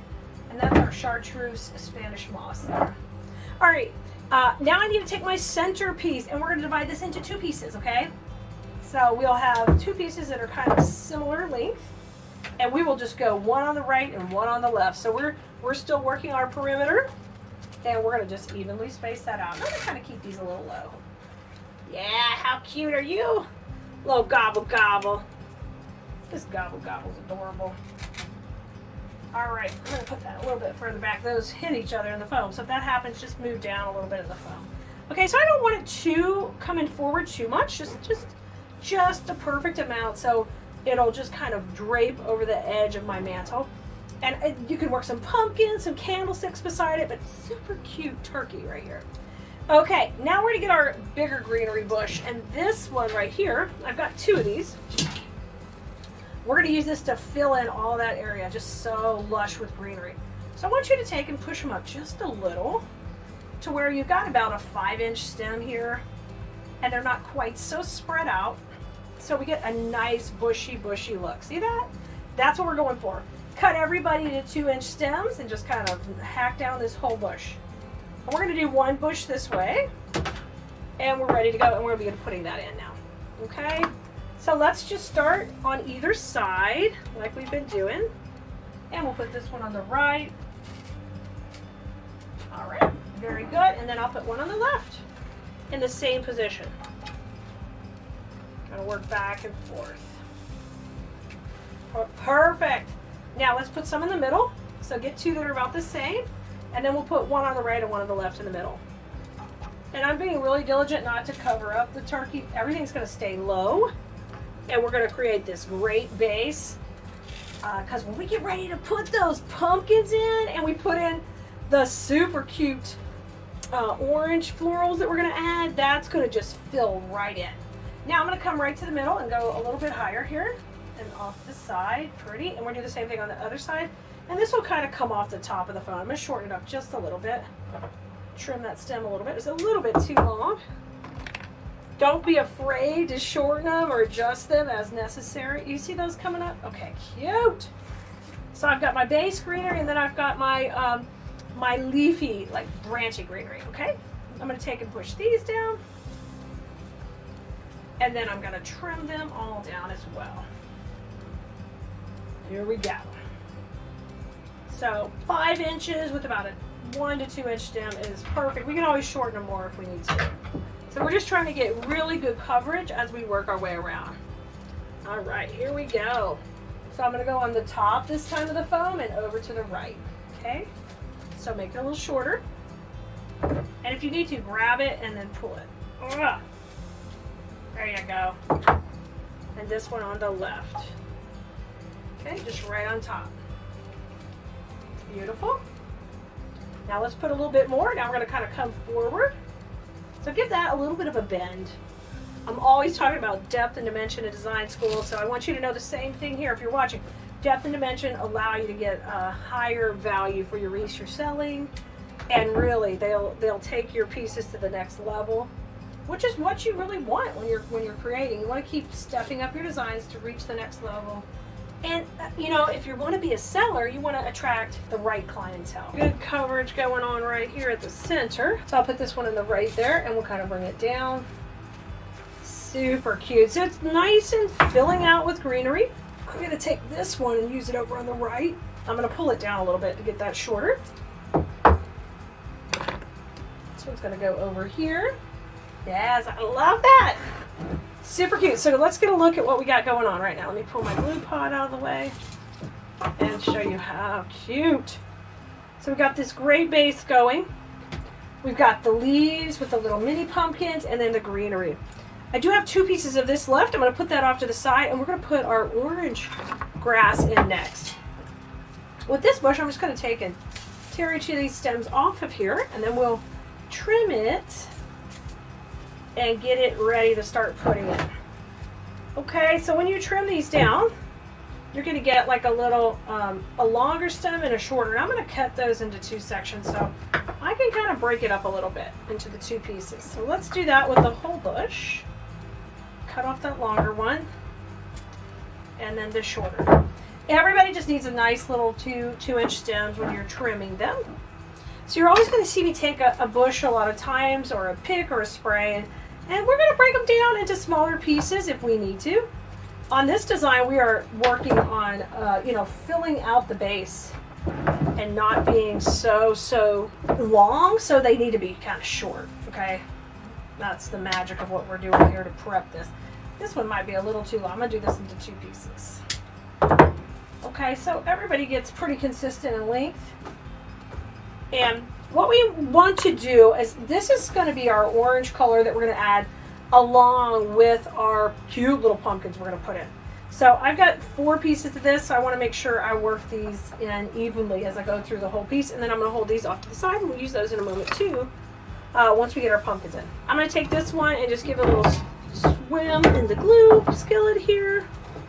And let's put one kind of on top, and we'll lay it on top right here, out to the edge.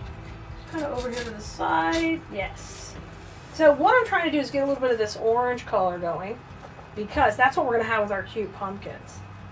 This one's going to run right up the middle. I'm going to put it just right here in the center so it can kind of come out the beginning, the front. Whoa, gobble gobble, buddy. If you can't get that one to lay down, I'll trim it. Okay, let me trim him and I'll put him in separate. You can always do that. The foam is available for you just to put things in individually. Okay? It's kind of popping up, but it's not quite exactly sitting where I want it. Hopefully by the time I get the pumpkins in, it will cooperate. Now this one's going to go off to the left. Alright, off to our left, kind of cascading in between those two pieces of greenery, and we're kind of doing what we did on the right, we're doing it on the left, and look how fun that is. Alright, hold these little orange pieces off to the side, and it's time to grab our pumpkin. Our super cute pumpkins are coming in. And we're going to start with these, just cutting them off the stem into their long pieces, and definitely going to be breaking them up into smaller pieces, because they are so much fun. But I'm just tearing them a little and cutting them. Now, if you were going to do like a fall tree that you wanted to put like full pumpkin stems, this would be great for that. You could use those long stems because it's so nice and long. Now, what I'm going to do is divide these into sections so I get nice, cute little sections like this of pumpkins. And I'm going to have a long and a short, I think, off each one. So this will be my short one, and this will be my long one. Okay? I'm going to do that with all 3 sections. And we'll have a short and a long. So let's start with those long pieces. I'm going to put the short ones in my bucket for a second, and we'll come back to those. The long pieces, we want to use those cool wires and this cool vine that's on them, and use these right kind of coming out from the center to start with. How fun is that going to be? Because can you see that on your mantle, and it's kind of reaching out over the edge? Oh my gosh, this turkey never looked better. Okay, I'm going to find my other creepy cool one, like this, and it's going to go on the other side, doing the same thing. So one on the right, one on the left. I love, love, love it. Okay, just push that in the same area and let it come down. Now, I'm going to take the remaining pieces we have left, and we're going to cut them into little small pieces, which we've already got in the bucket here. All right, and let's take and start tucking these in. So we need one on each end first. So let's find a couple of these more dramatic ones, and let's put them on each end. Okay, so I'm dipping them in my glue. We're going to go on the right over here. I love him. This one's going to kind of put the pumpkins a little more underneath, so it's not quite so in your face. Do the same thing over here. A little bit kind of tucked into that greenery. Over to the side. Oh yeah. Kind of working on that dimension like I talked about earlier. Isn't that great? See our lines working? I've got these two work in the middle and those coming out the bottom. Let's put a nice big fat cluster right in the middle. Okay. Coming out straight.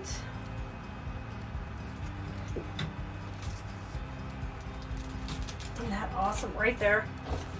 And then these two on either side. So I'm going to tuck one to the right, kind of coming over into that area, and then we'll put one over into here. So we've got just this whole festival of pumpkins in here with grasses. Super cute. I'm loving it. Great filling in. And we're going to soften those now. We're going to bring back the greeneries and the pieces we had left, and we're going to work these in right now. I'm going to save those 2 pieces of green to the very last. And what I want you to do is grab these that just have kind of the white, and we're going to start to evenly distribute those. We have white here, we have white there, so we need a little bit more in each of these other sections. A little touch of this nice muted, it's kind of a brown white with a little touch of orange. We're going to put that on either side. So as we're doing this whole design, everything kind of transitions at the middle. You know, it goes from the center and out to the right and left. So when you start to make your own designs for your home, I want you to think about that when you're putting things together. How can I have this flow work? How does this transition of my florals work in here? That's really what makes your pieces so different and nice.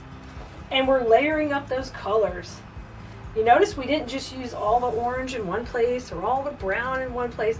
We worked hard to distribute those colors throughout the design. And that's what I want you to do on yours too. Whether it's for you or you want to learn how to sell them with us over here at Cleese.com and learn to take your business to the next level, I'm here to help you. Let's bring this one in one more. Okay. Oh my gosh, so stinking cute. I love him. is just fully loaded. I got a little bit of grass here that I'm going to let come up against his body just a little bit right here in the middle. Kind of like a little fun homage to that other piece, kind of tucking up. Cute.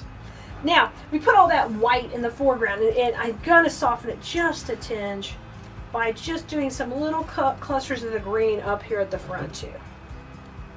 Okay, cut that stem just a little bit longer this time because we need a little bit of room to reach the foam. This is going to go right in here in the middle. So there's a lot going into this section, but it's worth it. Now, the last thing you're going to want to do is you're going to check in there, and if you can see any of your foam, you're going to come in and you're going to put a little bit of moss on it and tuck that in to cover up any mechanics, so that way you've got a great piece ready to sell, ready to put in your Etsy shop or take to your craft show, and you are good to go. Hey Bloomerinos, it's Kali. Let's play with some beautiful fall supplies to make the cutest little Scarecrow centerpiece. So we've got our adorable Scarecrow, and she is going to be like our focal point in the design. We're going to kind of put her in last, but what I want you to do is kind of find the spot she's going to go in. We're going to play with her. We're going to jazz her up a little. I want to pull her little hat back and make her super duper cute. But she's pretty tall, but we need to kind of get her in, decide where she's going to go. And I usually like my larger pieces to be off to the side. So if she's going to go right here, you may not be able to see her whole body right this second. But I think if she's going to go right here off to the side, what we will do is I will leave that spot open for us to put her in towards the end, and we'll start building out the base first, okay? So I'm going to put her over to the side. She can sit over here and patiently wait for us to get her beautiful abode rocking and rolling. So we're starting with the cutest little metal container. It's kind of in the same color palette as her vest. And we're going to be using this spray right here for the bulk of the greenery. Leaves, cute little berries, all the great accents. So that's going to go in here to fill up. I've got some fun twigs. Those are a lot of fun to kind of give that rustic look. These are artificial. I love them because they don't shed or anything like that. And then over here for the height in our design, we'll use this. This is a peony bush that has these cute little blooms on it that are really, really easy to work with. All right, so let's get rocking and rolling. I've got 2 pieces of floral foam already mounted in. Those are glued in, ready to go. I like these handles on either side. When I order things to resell, I get things that are going to work great for shipping for those of you who sell. So these have these nice handles that are easy to attach if you're going to ship your items. If not, they still work great for all the different seasons. It's just a beautiful color palette. All right, so we're leaving that section open, and what you could even do is just kind of give yourself a little X here. Don't put anything right in here because that's where Mrs. Scarecrow is going to go. So I'm just going to put me a little mark with some scissors on that part. And let's start getting our greenery ready to go in. Now, if you're not already liking and subscribing and following, please do that so you won't miss any of our content. I love when we're putting out new videos to help show you how to do beautiful things for your home every season. And y'all know everything that you see me using here is available at Kaleas.com. And when we do a project, we have the supply list for you at KELEAS.com. And then you can head over there, and anytime you click on a supply list, there will be a link to that video. If a video is password protected, that means it's a private video for our design school. And you are always welcome to join design school when it's open for new students, or get on our wait list. All you got to do is head over to KaleasDesignSchool.com, or you can go to WreathTeacher.com to help you grab a spot in our class. Now, I just tore those pieces off, and then I just cut them off really nice and neat. And let's start what we call creating our perimeter. Whether we're making a wreath or a centerpiece, we have changes in direction, and we have to create the perimeter to kind of give us a guideline for what we're doing. So we know we're going to go tall over here. We're going to have a lot of fun with all the width on this design right now, and we're going to do what we call set the perimeter. So this piece is going to go in, and I'm going to let it kind of break the plane of the container and just come over the edge. All right, that one's going off on the right, and this is going to come over the left. Now I'm going to have feet there, so I want to go right beside where her feet are going to go. Now, when you work with high quality materials like we sell on Kaleas.com, you're able to manipulate those wires all kind of really nice. You don't have to use extra pick machines and take a lot of extra steps because it's all done for you in the quality product. All right, and this piece, let's have it kind of move to the front. I think we'll have it go this way, back out to the right. Let me pull our twigs over. We're gonna work with those in a second. But I wanna show you this one going to the front of the design. Now this is my electric skillet with hot glue right beside me. And it has got everything we need to put these pieces in. Look at this. How pretty. So these are kind of spilling over. All right. Now, I'm not going to worry about too much on the back right now. We're going to make this a one-sided design just to keep our costs down a little bit. We'll fill in back here, but we want this to be pretty. It could go on a hall table, somewhere it's against the wall. Maybe you have a mirror behind it, and then it'll just look pretty in front of that or something like that for location. Now, I want to put some twigs in, kind of going in between each one of these sections. So I'm going to grab my little twig piece, pull it out, and we will start to make our own little clusters of twigs. Super easy to do. Just take and cluster it like this. Bring it on itself so you make kind of a little loop with a tail. So when this goes in, it's a little cluster like this. Now how you hold that together is you need a cable tie. So I'm going to grab one right here and just make myself a little cluster of twigs. So anytime you work with a drapey type product, there's times you don't want it to drape quite as much. You can make your own little cluster. So I just cluster that up, just like that, and we're gonna put that main stem. We need that main stem because it's strong. And that's gonna go right in front of the little feet over here, and we want it just to pop over the edge. Oh, so cute. Let's make another little cluster for the other side. I gotta grab some more cable ties.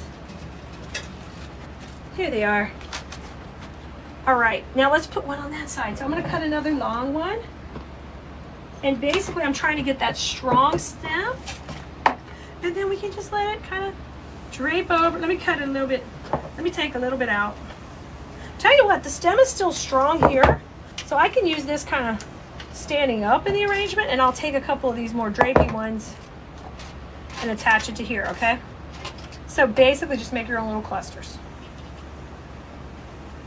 Loop it around. All right, we got our cute little cluster, and we can pop that in the design right there.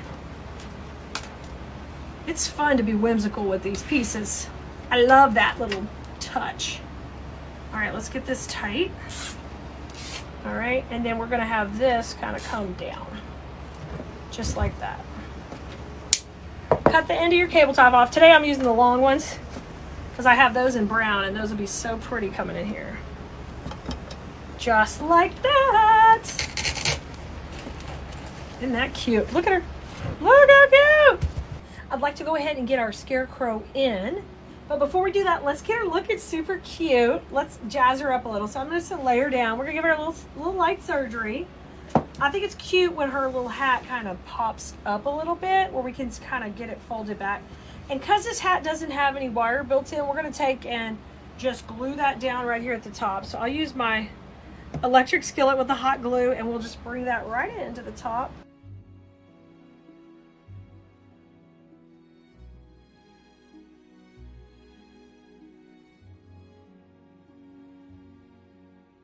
Let's put a little of that coming out of the, I'm gonna put a little glue just gently up here. Now I don't want to push too hard because it'll push that up burlap, and then we'll push that right on top. You can add more florals and things. I'm gonna put, let's put one on the other side, kind of coming behind her. I'm just cutting off some little pieces from in the design. So I like that a little bit better. I can see her face better. And then I'm just gonna hold this here and let that get set up. And then once she's ready, we're gonna go ahead, and I like to kind of manipulate her arms a little bit, straighten out her dress, and then we're gonna put her into our container. So we've got the front done, we got her little hat ready with the twigs, and now I'm ready to go ahead and put her right up here in that same section we talked about for our container. So what we're gonna do is I'm gonna put some glue on her feet just to get her, we can just glue her straight in, and then we're gonna use a wire to secure her also. So let's dip her into our glue pot. Be careful because that's a lot of glue that's going to go under those little feet. Now I want you just to slide it off. Okay, in design school we use the electric skillet a lot to heat up our glue. It's just a really great way to manage our easy placement. Now, You have to be careful if you're not using something besides a Scarecrow. She's super lightweight, but if you put something heavy over here or backward, it could flip over your container. So always think about, okay, what am I using? How much weight do I have going? She's fine, that's gonna work good. Just because I like to double secure this, I'm gonna take, this is an 18 gauge wire, and we're just gonna take, and I'm gonna go around one of her cute little feet up here. And I'm just gonna do a little crisscross, so I've got enough wire to go into my base. So all I'm doing is crisscrossing it around, and then this can push into the base to help secure it right there. And I'm gonna do it on our other leg. Now you're not gonna see any of this, it's gonna be over here in the back. But now I have extra plans to hold her on, besides glue, just in case she were to get picked up by her head and move her arrangement. So this is gonna push down into the foam. So I'm just kind of getting a little bend on it, and I want to put a little glue on the ends before I push it in. Okay, so that's kind of our backup plan. I'm always teaching you to have a backup plan for placement, security. I'm not big on just shoving things in, putting glue in. We have a lot of strategy when it comes to placement, why we're putting things where we're putting them, the lines we're creating with our design, all of that stuff, because you guys can continue to improve your creations, whether you're making it for yourself or you want to sell them or you want to learn all the things and do videos and have, you know, your own social media where you're creating. I'm going to help you learn how to do all that properly. So she's in nice and strong. She's got her backup plan and she's looking super duper cute. We're going to put a bow in, okay, because it's going to fill up a lot of real estate. And I think I want the bow to be like right about kind of here, tucked in to her feet. I need to leave some room beside her because that's where we're putting this bush. So we've got a whole plan here. What I want you to do with this is take, if you need the link to how to make this bow, just let us know in the comments. But I want you to take one of your extra spare pieces of wire that you cut off another stem. That's what I'm using here. It came off this long one, has a nice long piece of wire. And we're just gonna take and tie this cable tie on there so that we get a nice long stem where I can place it in our arrangement. Now, get it tight, put a little glue on that end because we're gonna make sure it's not gonna pull out. And we don't want it coming out, I gotta stay in there, otherwise it'll be yanking off your whole design. Okay, just wiggle that around a little bit.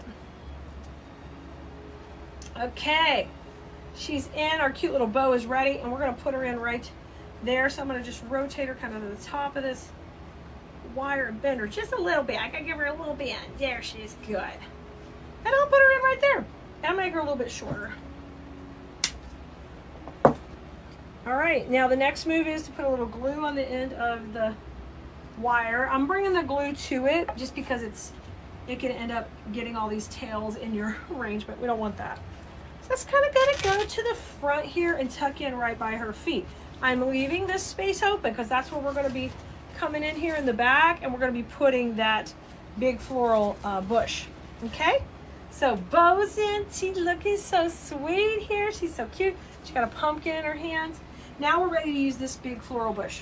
Okay, so I'm gonna put her to the side for a second while we prep this one up.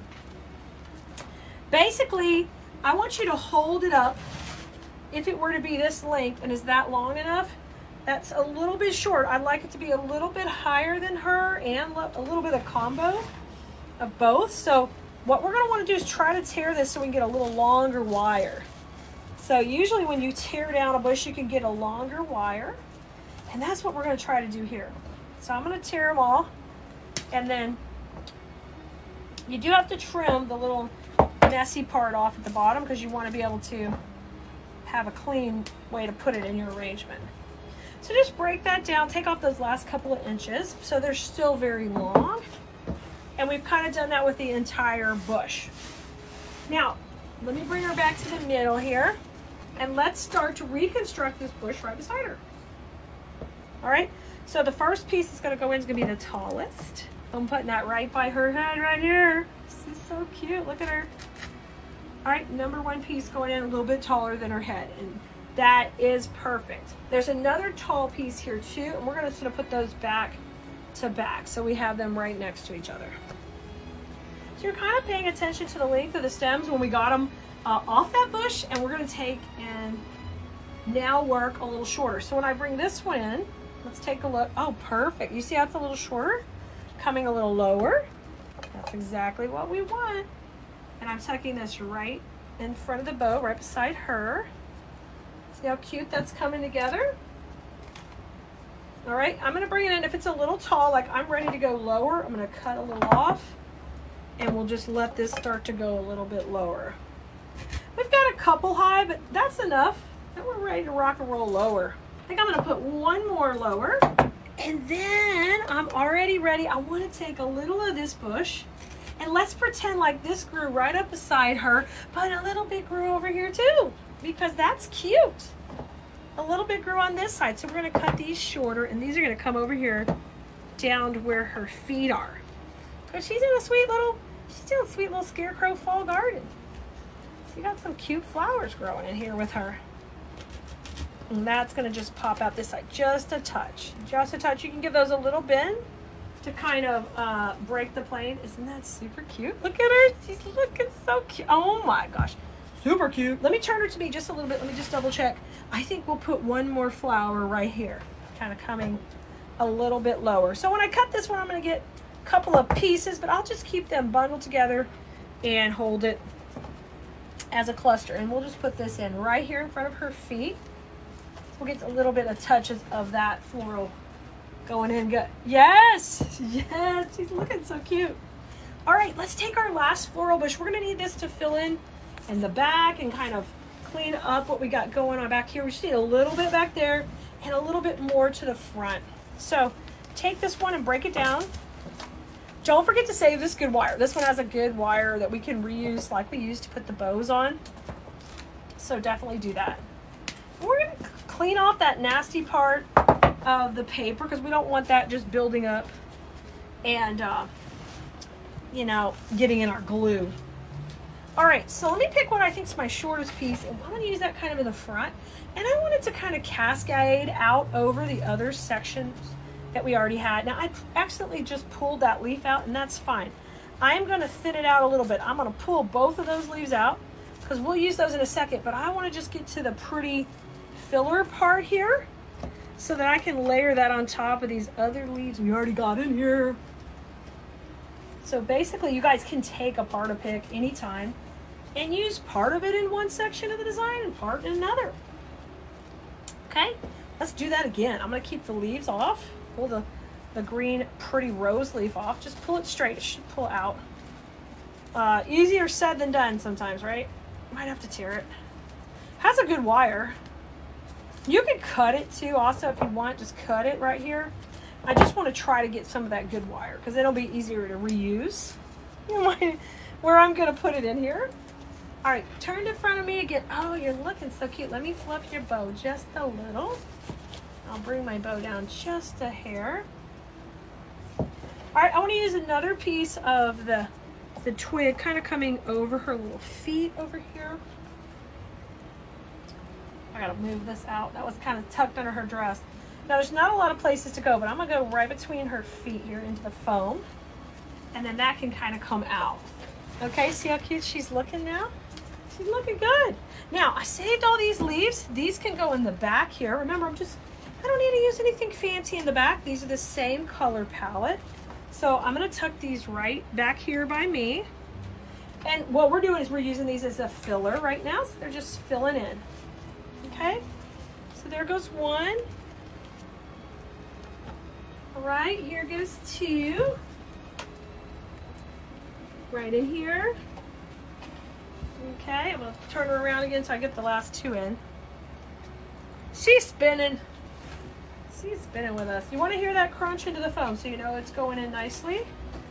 Here comes one more. I got a little glue string going on.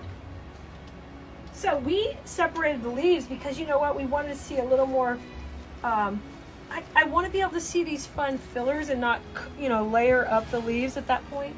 She is cute, guys. Okay, one more pick. I do have more twigs. Now I've been using this bunch of twigs on a couple of different projects. So we could even make a cute little twig bunch for the back here. Let's do that. Here's that longer piece we had where we said we're gonna put some twigs kind of shooting up. So let's do that. let me see how tall this one could be. So you need a little strength to hold it up. So you have to kind of trim it to where they're not too floppy. Because this bush is really made just to stand up and not it's made to hang down, not stand up. But you can trim it off and still get like a few cute little spiky bushes. So let's put those in here. I'm going to do that right now. Because I love adding twigs. Whether they're artificial or real twigs, they're some of my favorite things to add to your piece. Especially fall and Christmas. Because it's just that natural vibe. I love that. Come in here, baby. This one, I'm just putting one on either side of that cluster we have made at the beginning. Isn't she cute? Look how cute she's getting! Y'all, I can't wait to see yours like this. Okay, now I've got some floppy twigs here still. Let me pull that off. If you see that, that's like a support piece when they're molding these florals. So if you ever see like a piece of plastic that doesn't belong, you can just pull that off. All right, I need one more piece that stands up. Let's see how much height he can take. Let's try here. Cut those off. So I'm just cutting it off to where I get a nice strong piece. There we go. So these can be my floppy ones that go in, that hang over the edge. And I'm gonna put this one, let's see. We'll put one more right beside her, right here. That'd be a perfect little spot to add a little more twig by her body. Because this one we can kind of make her hand, put it up by her hand right here. We put one a little lower, but this one's a little taller. Okay, look how cute. It's up here by her hand. Doesn't that look great? Okay, we're gonna make a little twig cluster now with a couple of these pieces. So I'm gonna take and cluster a couple, and we're gonna have these kind of come out of the back. So let me push these into the foam right here. I'm gonna put this in the back right by her shoes. Okay. So we got some twigs rocking right in the middle here. And then let's put a little each of these on either side. Okay, I'm gonna just glue this one in over here. This one I gotta get in that section right between her feet, which we can do, and it can come out on that side. And then let's have this one over on the right. I think we're kind of in the home stretch, and she turned out so cute. I've got one pick left that we probably will take and divide up, and maybe put like a little bit of berry here in the back, because she looks pretty good as far as her berries. Oh, let's put a little in between the bow. I changed our mind. Let's kind of what we call break the plane of the bow. So we break it up a little bit with some floral or greenery. So that's what I'm gonna do right now. I'm gonna pull out the leaf again. So this we can use in the back. But I want to use these fun little pieces to break the plane of the bow. So what I'm going to do is cut this into a couple of sections so I can easily work with it. A tall one and a short one. All right, and this kind of came apart a little when I was working with it. If you want to make your own little cluster, just take one of the strong wires, just go around, okay? And now you've made your own little cluster without having to get any more equipment or anything. We just worked with what we had. Okay. So what I'm going to do is I'm going to layer this between the bows. So this is going to go in here. Kind of, I'm getting into the foam. And then we're going to pull that through. See how we can pull it out right there, and it's kind of coming out of the bow. So it gives the impression that the flowers just grew all in around the whole arrangement. Let me look at it one more time. Let's do one over here on the other side. Give that a swirl. And I'm going to come in here. I'm going to turn her back to you just a second. This one, I don't want to burn myself. I got to see what I'm doing. And then pull that up through the tails of the ribbon. So that's coming up through the loops and the tail. And you can see how cute she is when you add all that dimension and these twigs and these fun pieces. It's Kelly here. Hi, guys. I'm going to bring my camera over and move you in close. And we'll talk about what we're going to do with this pumpkin today. Because I'm thinking we're going to have a lot of fun, and we're going to make it really detailed, which sometimes I don't do that because I'm about fast and quick, but I feel like I want to make this one have a lot of fun detail to it. So let me grab my bow maker. Anything else I'm going to need, and we're going to get you set up. Let's talk a little bit about what comes in this kit. It's got a nice little assortment of pieces that come in it, and you can go big and bold and over the top, or you can keep it smaller and more detailed. I tried to make the kits pretty generous so you would have extra if you decided you wanted to go simple, you would still have extra pieces to make something to match with them. So our ribbons here, we went with basically 3 different plaids, which you might think, you can't do that, but yeah, you can. For fall, it's a lot of fun. And then I thought, this is great. If you got into the other kits, all of these will mix and match with the ribbons in the other kits. So I wanted to make sure, you didn't have anything too rogue where it could work all together. So you're going to get all 3 rolls of ribbon. You get the big pumpkin base in this kit. And then we're working with the berries again. And these are the berries that are so fun to break down small, okay? I love those. Then we've got our favorite greenery with the little pip berry in it. And then we have 2 of these sprays too that have the sunflowers and all the good twigs. So this is loaded with premium supplies. So I know we're going to make a beautiful piece. So let's start with our bow, I think, first.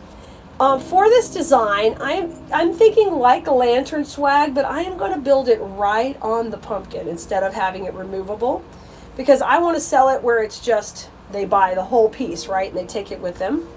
That's what I have in mind. And it has this little ridge right here that I think would be perfect to put a little piece of foam. So I'm thinking 1 piece right here would probably do us. We might put another one like right on top, a little piece there, and we would be good to go, okay? Just a couple little pieces. But when there's a ridge or an area for it to sit in, it'll help it wedge in there even better. Now you can leave these leaves or take them off. It's up to you. I think I'm going to take them off. I may put them back in, or I may just leave them off, because I'm in the mood to do a bunch of detail on here and small pieces and really get in, into my zone. It's a cool little twig though. So save these. You can use these. Like these would be great to embellish a scarecrow head. Little bitty pieces like this are fun. They're different textures because they're metal. Or you can just leave it on there too and work it into the design. Getting out my bow maker. For this bow, I'm just going to go funky bow right here. And maybe a couple of little trailers. But I use it a 2.5 inch ribbon. And if I use that as a tail, it's going to be a little bit too fat. So I'm going to kind of plan out my tails as I do my bow. Okay, we're going to have like a whole strategy here.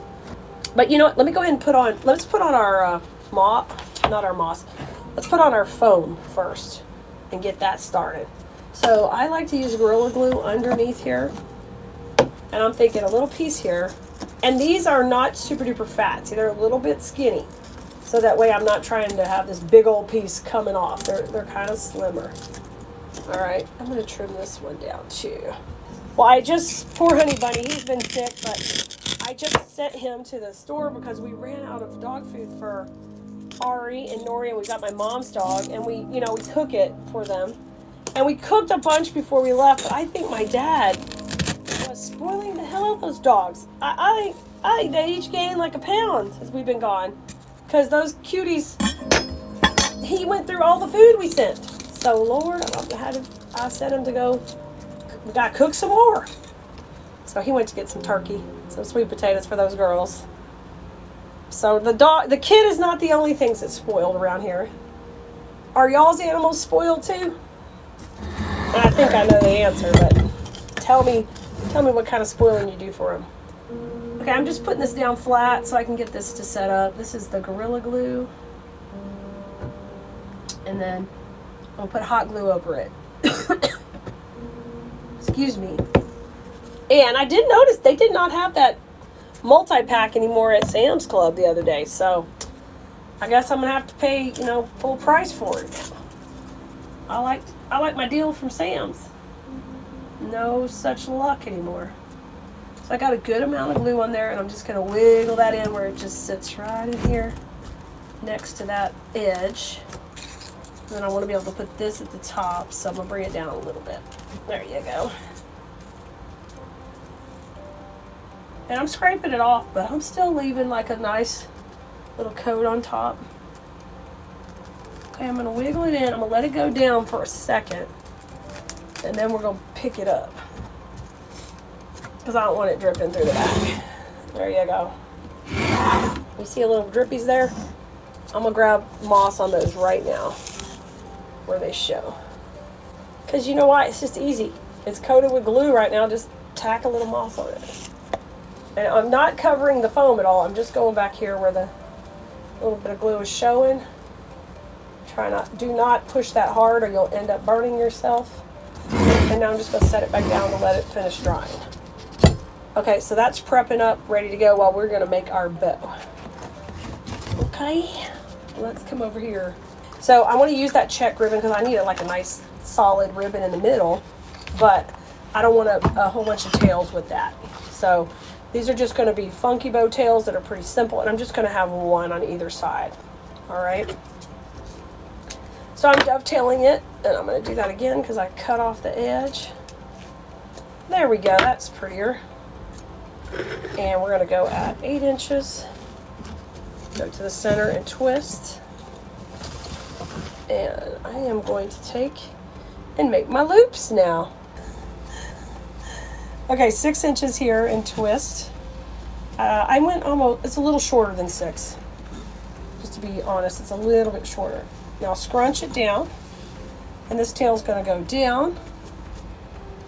Let's do it here, and I'm going to take and dovetail this one. So our first kind of back layer for the bow is started.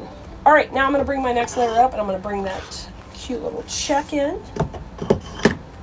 And now I'm ready to kind of play with a little longer tail. All right.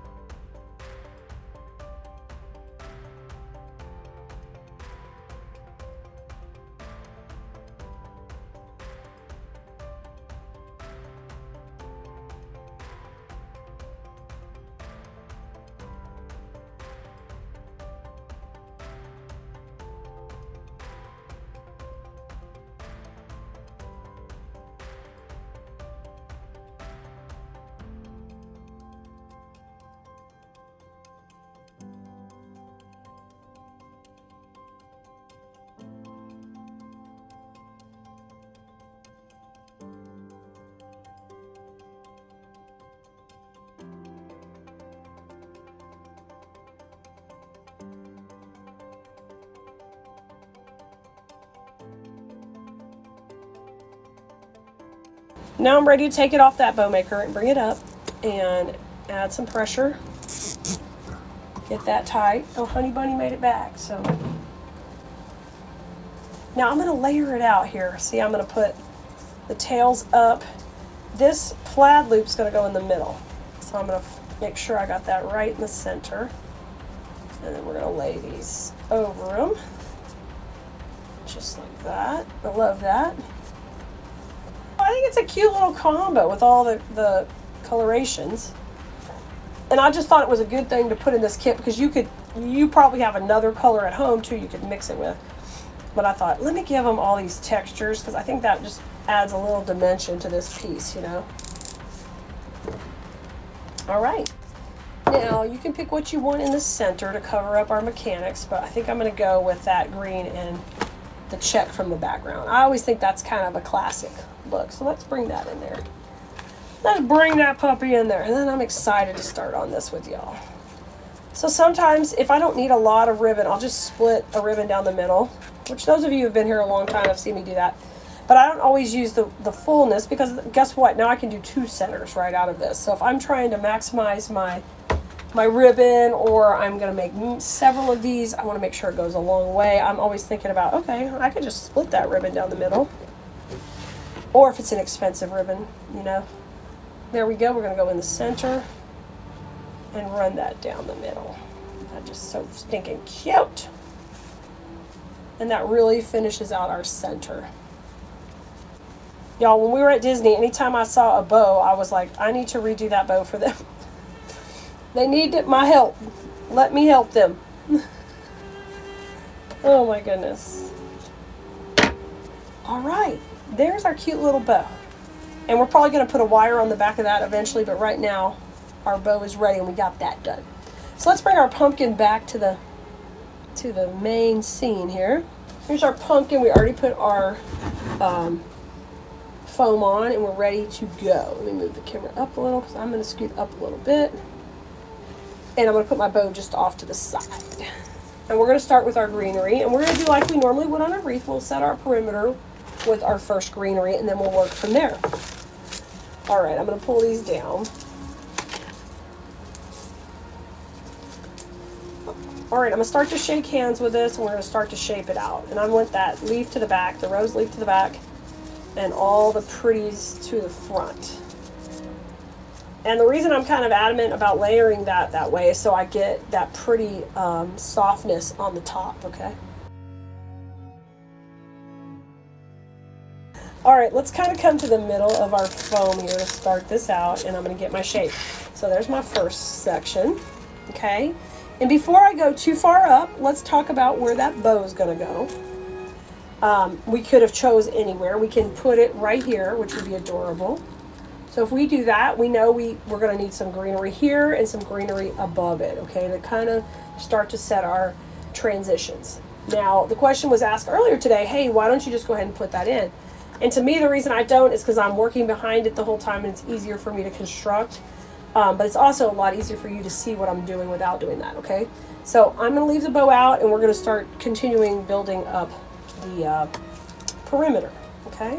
So I know I need this piece to kind of go up high, to party up high, yeah. Party, party.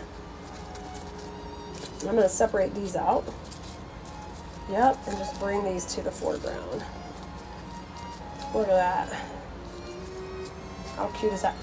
And we're going to come up pretty high here. And if you need to bring your bow back, bring your bow back. Take a look at it, okay? Yeah, that'd be fine.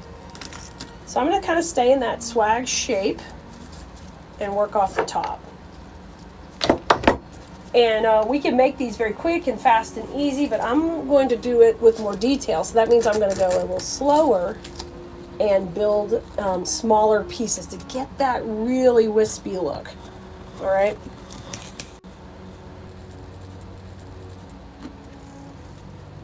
Kind of the feeling of a lantern swag. But what's going to allow us, because we're building it on foam, we're going to have the ability to make it more detailed. So more smaller pieces that are going in there that we're going to break up a little bit. So we get that really pretty wispy feel that I love. And makes it just kind of special. So I have one going up, one going down. We're going to need a little bit more. We're going to fill that in a little bit more. I'm going to use this one down from the center, so right where it's going to transition. We're going to have it come right in here, okay? So I'm going to trim that down a little bit. Well, you know, at Disney, they have so many things that they use on different exhibits, and they are doing a new ride called Tiana's Bayou Adventure. And Tiana's my favorite princess. And the reason she's my favorite princess is because she's a working girl.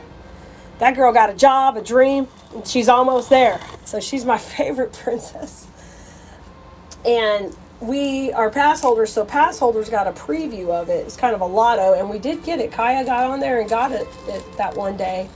And they have some of the neatest, like they've come so far on some of the greenery and things that they're using that give that illusion of a flower, but it's very much plastic in the way it's cut out.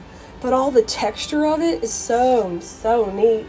I thought, oh wow, the technology's really coming along even in the theme parks with the artificial flowers they're using. So I'll be curious. I'm sure that may not be cost effective to bring out to the major markets, you know, like to you and me. But I'll be curious to see if we see some of that trickle down to it. All right, I pulled most of that off. Now I've got these actually individually. I'm gonna come in here to the right. And we'll kind of circle back around here. All right, so let's bring our bow back and see if we like that so far. Oh yeah, That's cute. That's fine. So you can see I've set my perimeter. I'm happy with the distance everything is. Okay. So now I'm going to build from here. Let's take these pieces that are extra, and I'm going to hold these off because we're going to use these more in the foreground. We're going to switch to a different texture, and then we'll bring these more to the foreground when we get to that point. All right, now we're going to use this one. This one has all the fun greeneries. It's got this really cool mustard little grass in here. So we're going to go to town with this one now. So I'm going to try to keep it somewhat clustered if possible, and don't go into all the little pieces to start, okay? And then we can do some cuts to make some, little sections here. So this one, see how I can divide it into 3 sections? I'm going to do that right here. 1, 2, 3. Ooh, look at that one. That's going to be a good one, okay? So I'm going to break them down. Here's one of the bigger sections. And I am going to leave this one big first, because I think it's easy to work in between each one of these sections. And the only thing we're going to do different is, because this is the perimeter, that's the longest points out, we got to back these up, okay? So you may have to take a little off the bottom, but I want to leave as much of the cluster together as possible. So here, like, I'm going to have to take off this section, and we'll use it separate, and this will be separate, okay? So we're going to bring that in next. All right, let's go in between. It's got to be a little shorter, so that's why I'm coming back, right? See our line? Perfect. Nailed it. All right, and if you can see a bunch of glue here, put moss, but if not, just keep rocking around. We'll figure that out, covering up the mechanics later, all right? So this is kind of a mustardy color one, so we can kind of alternate those as we're putting them in the colors. Now this one I'd like to be right here, and that's a little too long, so we're going to do the same little trick. Just separate that out. We'll have this as a different piece, and we'll put that one in. I know, this one's going to be a lot of fun. It's not going to be a whip it outer, but I believe you'll be able to charge its worth in this one, because we're going to really put some detail into it. Once we start putting all those little berries in, it's going to pop big time. You're going to love it. And we're going to get the bow in eventually and work around that bow. All right. Sometimes I love just sitting, making these type of things, and just kind of getting into the process. Because a lot of times I'm a quick designer and I want to whip it out. And that's just because I have to do that when we're selling lots of something. It has to get made and out the door, right? But when we're doing something like this, we can sit down and enjoy the process and, charge a little more for it for our time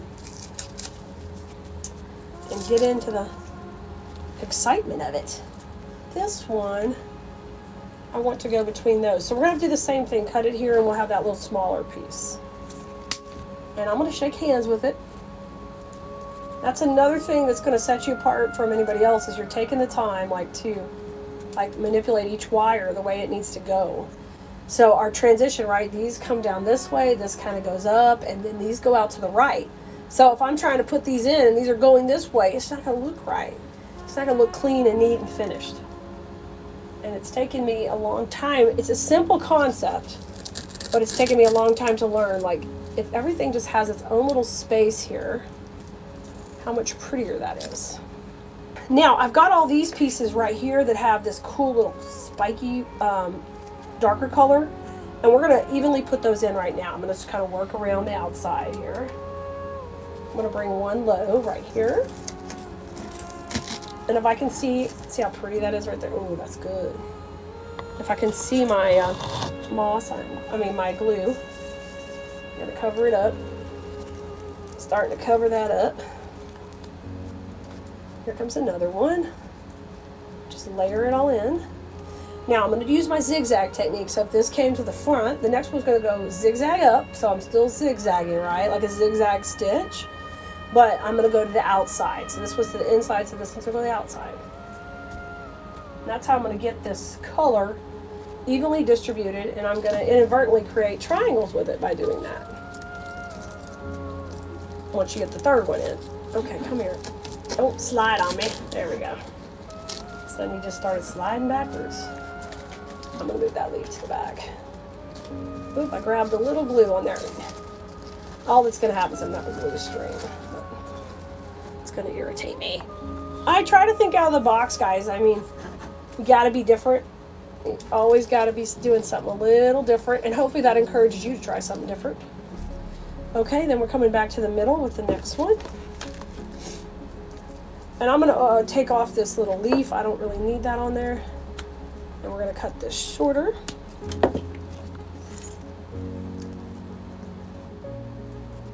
The warehouse has been a little short-handed. I've got Paul out with his poor grandfather's not doing well, so he takes care of his grandfather. So he's gone to help him. All right, zigzag, zigzag. So now going back to the outside, and now this is kind of going up. And you see how pretty? And I'm going to run out of red, but that's going to be beautiful because it's just going to be on this side, and I'm digging that totally. I'm loving that. We'll put the mustard on the other side. I didn't even have that planned, but that is going to be so pretty. Let's bring that up here. Just pop that in. Oh, how pretty is that? Turn that leaf around. I'm leaving the leaf on this time. If I don't like that leaf and the way it's sitting, I'm going to cut it out, but it's okay right now. Let's come on into the right, and we got 2 mustard pieces, and I'm going to cut those out right now. Okay. I'm just going to cut them into their own little sections.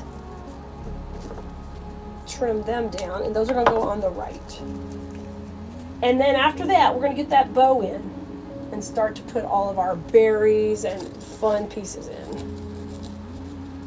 Oh, let's come down here. Okay. Little leaf to the back. I like the leaves in the background. I don't really want them in the foreground. You know, because they're wider and they're going to cover up all our fun little picks. We have this available as a kit. So pretty cool. You get all of this, and you can use the pumpkin for something else if you don't want to. If you want to keep the pumpkin for you. Well, that's so pretty. I put the mustard here and the red over here. Okay, you can already see how full this is from all the wispiness we're putting on there, right? All right. Okay. Now, I'm going to put one more sunflower. I've got an orange, a mustard. So a mustard sunflower would go good right here to kind of get some good spacing. And this one's got a lot of nice greenery. And I'm making sure this stays longer. So I'm going to keep these shorter and up here. But see all that wispiness? It's really important to keep it really, really... That's where we're going to get that high-end look, is cutting the pieces, keeping them really... delicate looking, okay? Because we want to be able to command a higher price for this and look like a higher end piece anyway, okay? Bring this one down just a little bit. Good. I'm going to bring it up. I'm going to tuck it over here. Okay. Very good. Now I've got these pieces left, and I'm putting those with the other pieces that we had left from the pip berries. And a little bit of greenery. Remember, we're going to work that all into the bow. All right, so this is all little things to use later. Okay. So now I'm going to put the bow in a second. Let me get some perimeter berries in, because and then I won't have to work around it. Sometimes detail work is not worth your time. I'm going to be honest with you, depending where you are in the money making process. But other times it's real important. So just make sure when you're doing something like this, it's taking more time to put in. You're not just doing your normal markup, because I'm cutting these. I'm breaking each piece down. There's going to be a lot more time in the construction, if you know what I mean. So I've got to add in for those of you who are selling. Now, if you're just making it for yourself, go to town, detail it up, love every minute of the process, and just have so fun. All right, I'm going to take these and trim it off. And we're going to start to get these the right length as I put them in. So I'm going to go down here to the bottom, and we're going to start to piece it in. And I really want to layer these up. When I was getting these pieces and purchasing them to make this kit, I really wanted to showcase that dark orange in the back, and then work with this lighter orange in the front. With that little bitty mustard color too. I love that. So when we're putting these on, I'm doing the exact same thing with the zigzag. Okay?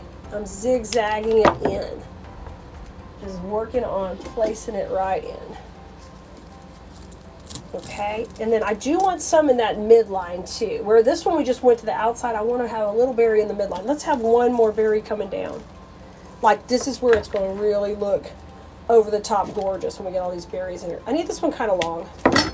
So I'm going to pull a little of that paper off. Let's go over here. Let's go on down. And I want these kind of in the foreground, but I'm also okay with some of them being a little bit back. There, see it's kind of tucked in there. Oh, I just adore that. That's that killer depth. Okay, that side's looking good. Let's work on the top. So this one kind of already has a bend going this way, so it'll be perfect to go right in there. And I'm trimming it off and just dipping it in. Let's go right here. And I'm just going to kind of get the perimeter done here because I know a bow's going in. And I'm going to go right in the middle. Let's go in here. Beautiful. Let's go to the right. Let's go here. Now this one I'm going to give it a little bit of bend and we're going to do that same thing. And remember, we set that perimeter with the greenery that we started with. So we don't have to, you know, go out further than that. We're staying tighter. That's where a lot of people go wrong when they're trying to do something like this. It ends up looking like a peacock because they go way too far out. So you want to keep it tighter. And here I'm trying to make sure that I don't get this side too far down. I want to because I started having so much fun making it. But nope. All right, that leaves me a handful of berries to put in after we get our bow in. Let's get our bow in next. Let me show you how good this looks. So this looks real good. See how wispy it is? Yeah. You know what? The problem is every time we make one of these, I want to keep it. All right, the bow's going to go right in there. So we're going to take and tie this up, and I'm going to put in a wire in the back, and I'll just use one of my stems that I have saved here from earlier. We're going to make our own floral pin. All right, so I made my little wire pin, but it's a little too long. I could have maybe used a regular floral pin, but this is, I need it to come out a little bit, not suck in there too much. Okay. Now let me decide what direction. I think I have this option, or I think I want it this way. I think I like that bow just doing that. That's cute as can be. All right, let's get that dang glue on those pieces here. And that's the way you want it, right? Let's push her in. Please go in easily. There she goes. Oh my gosh, that's so stinking cute. Let me fix her a little bit. So once you have that bow, I want to bring the bow back down. I'm going to bring it in. I put it a little too high. It needs to be down a little bit, okay? So let me bring it back out before it gets too glued in. Wiggle gently before it gets too glued in. There we go.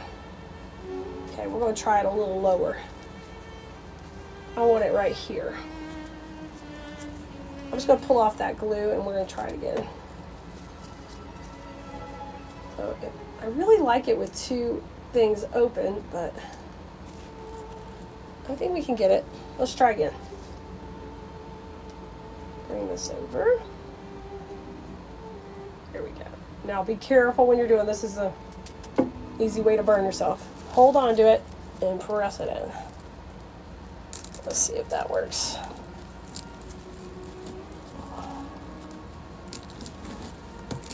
Yes. All right, come on. I want that little piece going up. This little piece going down. Look how cute this is. Oh my word, this is so fun. I'm going to take and work this in a little bit to this wispiness instead of covering it up. I'm going to try to work it in there. There you go. Now, don't fluff your bow too much because we still got pieces to put in. We're going to squash it.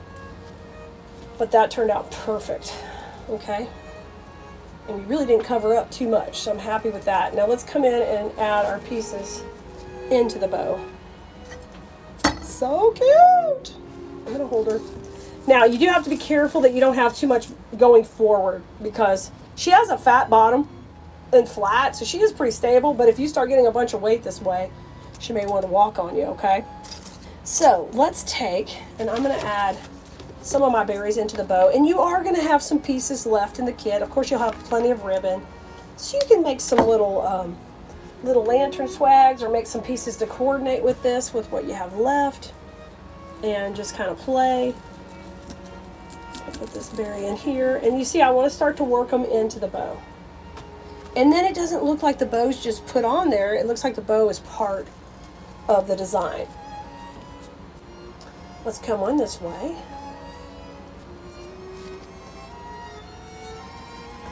So we're not quite done. It's got a little more detail work to work in here, in between everybody. Keep working that coming out of that ribbon. All right, let's add a little bit of these greener pieces here. I can't wait to put that little mustard stuff in here, this stuff. Ooh, it's gonna be fun. Let's take this and work this in here. All right. I'm gonna put one coming out the bottom of the bow, which is kind of like this way. So we're gonna go under here and find the foam. And just push it in. I'm sorry if my head's getting in there. It's getting serious right here. Okay. Oh yes, that's perfect right there. You bring that out of there. That's cute. Isn't that cute? Let's put this little poofy part right there. And I got a little pumpkin too. Here. This little pumpkin. That's so stinking cute. Let's put that right in the middle. Y'all, this is so fun. Oh my gosh, it's so pretty. I'm so excited. And when we started the video, there were a few left of this kit, so you might still be able to grab one, but they may all be gone. A little bit more berries coming in.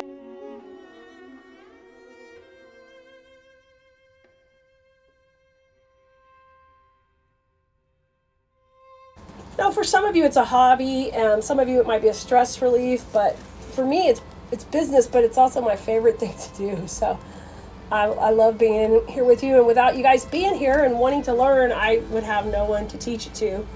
And, you know, I love it. So thank you always for being here. Okay, and you can sit here and add as much as you want. Look at the perimeter. I look like I could use a little more right there. So I'm going to take this little wispy piece and put it out there. I'm going to take off the sunflower, and we'll save that for something else, but I could use a little more wisp out there. So step back from your piece and take a look at it and see, okay, what else can I do here to finish that look? All right, let me come in. I'm going to add this right here. This one kind of more in this area. Beautiful. Look how cute that is there now. Oh my gosh, y'all can have so much fun. Look how cute. Fun with you. Tonight we're going to make a centerpiece, and I think we're going to go with asymmetrical and have a lot of fun on the shape of this one. It's a cute little checkered container. It's like two little pots put together. So we're going to have some fun. So definitely come on in. Make sure you like, subscribe, follow, and share the videos if you can. It helps us out wherever you're watching. And I'm going to say hello to my Facebook fans. Hello, you guys on TikTok. Good to see you too. I'm hopefully going to say that. I'm waiting for y'all's comments to come up. There you go. So what I'm planning for this one tonight, guys, is adding a sunflower motif. Y'all, my little iPad holder sits right here below the camera. So it sometimes acts a little kind of crazy on me. So, yes, I'm thinking sunflower motif in this. And we're going to go all neutrals. So if you can see over here, I've got a little dogwood, a little sunflower. I've been so excited to use these. These are like new growth on a fern, how it comes out all spiraled like this. I want to use these in there. Hello, Mary. Good to see you. Some olive branch. We're just going to have a good old time. Y'all, and make sure you're on the text list if you're not on there already. We're texting out everyone where we're live right now, so you can never miss a live video. We're going to start prepping up this container and putting this foam in. I got some little blocks of floral foam, And we're just going to put them in. I might have to cut them down a little bit. Oh, no, I think they'll work just like that. Let me see if I can squish them in first. Make sure they're going to get pretty close to the bottom. It'll work. Hey, Karen. Hey, Pat. Hey, Patricia. You guys are awesome. Thanks for being here tonight. All right. Those two will work. We can put this one to the side. Okay, let me pop some Gorilla Glue. Of course you want to play with flowers, Pamela, right? Are you crazy, Khalid? What kind of crazy question is that? Hope you guys are having a great day. I'm still recovering from knee surgery, but hanging in there. It's been a little bit more difficult than I thought, but you know what? I'm a trooper, total trooper. We will get back in the saddle slowly but surely. Thanks for asking, Ruth Ann. It's doing better. Thank you for asking. It's just one day at a time type thing. Depends at the time of the day how good it's doing. I'll be honest with you. Aw, hi Gigi. Hey Patty. Alright, let me pop this one in right here. I got glue on both sides. And I'm just going to save a little money by not putting a whole bunch of foam in, just a little bit. And glue. I don't need a bunch in there. Just going to put these on either sides. If you guys are new, this is electric skillet. Hot glue in it. Works great. Just a simple little crafter hack. If you're doing a lot of floral design, I love it. Right. Good to see you, Kim. Hey, Penny. Hey, Abdul. Oh, right, Ramona. Sitting down is the key to everything today. Okay. Looks good. That's in. We're ready to go. I think we're ready to rock and roll. So if you guys are just getting here, make sure you're saying hello. Doing all the things. Please, please, please. Y'all, you know all the supplies we are going to be using from Cleese.com, including the container tonight. We still have some of this one in stock. Hello over here. Good to see you guys too. Thanks for the sunflowers and the love. Now, that was the chair, y'all. Don't get too excited. I know the squeaky chair. I think we're going to start off with this sunflower bush, and we're going to take and cut it and open it up and see what all comes in it, okay? Hey, Roxanne, thank you so much. You guys, I hope you're enjoying your weekend. You've had a great weekend. You got some family time. Got to love on some loved ones. We celebrated my sweet Marley's graduation from high school. So proud of her. My niece, Charlie's daughter, if you've been a long-time follower. So we are just so proud of her. Oh my gosh. Stay on the couch, Linda. Woo. You guys, Linda, y'all, knee is doing well. It's in the recovery phase, so it's going to be slow and steady. Hey, Barbie, first time watcher? Yay, from Amarillo. Nice. Funny joke, Barbie. You got to stop for a second today. I got to tell you an Amarillo joke because, oh, dang. It just left my head. Kaya. Oh, here it is. We got an ice cream today, Barbie, and it was amaretto flavor.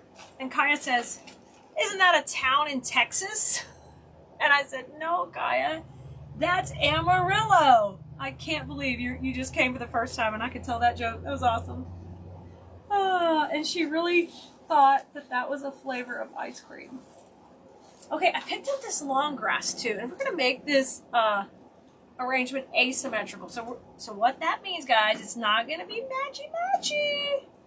It's not going to be matchy-matchy. Pamela, let me see if Nicole can help you. Nicole, can you look at Pamela's comment and see if you can help her with that? Isn't that funny, Barbie? That's too funny that you would be watching from Amarillo. Well, welcome. Anybody else first time, please say hello. I gladly welcome all of y'all. I am actually in Sugar Land, Texas, down here by Houston. So even though Barbie's close, she's not very close in Amarillo. So let's start off with our height in this design. You're going to see me cutting off some grass out of this one bush, and we're going to be chopping it up. Hey, Cherie. Are you, Pamela? You're in Michigan. Oh my gosh. Congratulations to your niece. I love it. Enjoy the family. That's awesome, Pamela. I know I sure did. Getting together with everyone. Right. We can't get to you quick in Amarillo. So, y'all, Texas is very big, if you obviously may have not paid much attention, but I am down towards the Gulf of Mexico in Houston. So it's a ways away. I'm over here by Danae checking in from Beaumont. I love it. Good to see you, girl. Glad you're here. So I'm popping in a little height on this side. We're going to put a little bit of grass coming over the edge. I'm just going to have a little bit going on. Hey, Ann from Tacoma. Yeah. Okay, Anna, I'm so glad you're here. Right?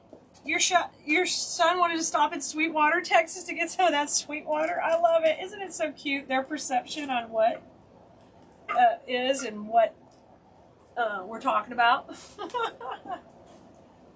That's right. Barbie's up at the Panhandle. Okay, I've got a little grass on it, so I think we're going to go high to low is what I'm feeling. That's the vibe I'm feeling. So, let's pop in a little of this dogwood high. Let's see if I like that in there. Let's see if we like it. Hey, Kim, absolutely. Gigi's near San Diego. Awesome, Gigi. You know, my parents go to Oceanside in the summers, so they are excited. They'll be on their way soon your way. So, maybe you're not far from them. You know, they try to get out of this crazy heat in Houston once the summer hits full on. Hi, Danae. My knee is doing good. You guys, if you're new, I had knee surgery last week. It is a meniscus, cleanup procedure. I'm doing fine. I still have issues. I think it's all going to work out. I'm thinking that I want it to be fixed today and go play tennis tomorrow and just have so much fun. So I get frustrated that it's taking a little while, but I think it's actually probably doing better than expected when it all comes down to it. Hey, Michaela. Hey, Missy. Debbie, it's going to be 103 up your way. Debbie, whoa. Wowzer. Okay, dogwood's going in at this side. I'm going to go in the high area with the dogwood. We're just going to kind of let that flow over here. I got that flow vibe. Y'all, I normally do not sit and design, so please forgive me if anything looks whack attack. First time over here? Great to see you, Elizabeth. Glad you're watching on TikTok. If we got any first timers over on YouTube, let me know in the comments so I can go back and welcome you. All right, so let's get a little vibe going down on this side, kind of flowing down. These are going to be our main flowers, our sunflowers, but I want to use those low. Oh, you were in Oceanside last Sunday, Gigi? I love it. Hey, Debbie. Good to see you. Wanda, I am plugging through, right? That's what you have to do. You have to kind of force yourself to do everything. I swear, we had to take Kaya to some tennis lessons today, and you know, every time I get out of the car, I have to say a prayer. Mainly that I can control my lips as I'm getting out of the car. I want this grass to kind of flow down a little. I'm going to put this off to the side here. Oh, neat, Kim. Francine, you're going to have the same surgery. It's going to be fine, Francine. I'm just normally a very super active person. And I do lots of things, so it was a little frustrating to me to be down a little bit. Oh, Danae, you love dogwood? Oh, yeah, magnolias and roses. Hey, Deidre. I'm glad you're here. Thanks for interacting. You guys, you have to, sometimes if you don't see one of my lives in a while, you got to just come over and search Keleas, K-E-L-E-A-S, K-E-L-E-A-S. You can go to .com to find all the social media, or you can search on any platform. We're there. But sometimes they just don't show it to you if you don't interact. Bonnie, you're 120 miles. Oh, you're north of it. So you're a ways, Bonnie. Okay. Gotcha. All right. So now I want this dogwood. We're going to have this dogwood party down here. So we got the high dogwood. We got the low dogwood. Okay. We're going to separate those out a little bit. It takes a time to heal, Lynn. Thank you. Thank you for telling me that. I think I was a little unrealistic on what I thought should be happening, right? Yeah, this is a little bucket right here, Heidi. See how there's two together? That is a little bucket. So that's what it looks like. Hey, Carla. Barbie, you do get my text. Well, dang, girl. Good. you're all in. Oh my God, this is gonna be so cute. Let me show you already what it looks like. This will be so stinking cute. I'm excited. Hey, Frida, thank you for thinking of me. Giving me some lovies. I appreciate it. Okay, I feel so weird sitting and designing because I feel like, okay, everything looks weird at this angle. I want to bring in the, some of this one. This is the olive branch fern mix. Bonnie, you're closer to Santa Barbara. Okay, okay. Barbie, you're all hooked up. You're in it to win it. Okay, let's tear this apart. That's the easiest way to deal with this stem. I don't have to cut anything. I'm not looking for any surgeries anytime soon. We're done. I have been rocking my therapy, guys. I'm like an A student when it comes to the knee therapy. So when I go back, this is the thing, I'm not used to going to the doctor so many days a week. I got to go to the doctor 3 days this week. Between the doctor and the, well, I'm going to have to cut it. It's not going to tear. The doctor and therapy. Y'all, it's let your family pamper you, Danae. I like that one. Somebody needs to give them that mess. No, they've been doing a great job. They really have been. Okay, I cut all 3 of those off there. We don't need these scissors. I don't know why I've got them right in our point of view. We can move those over.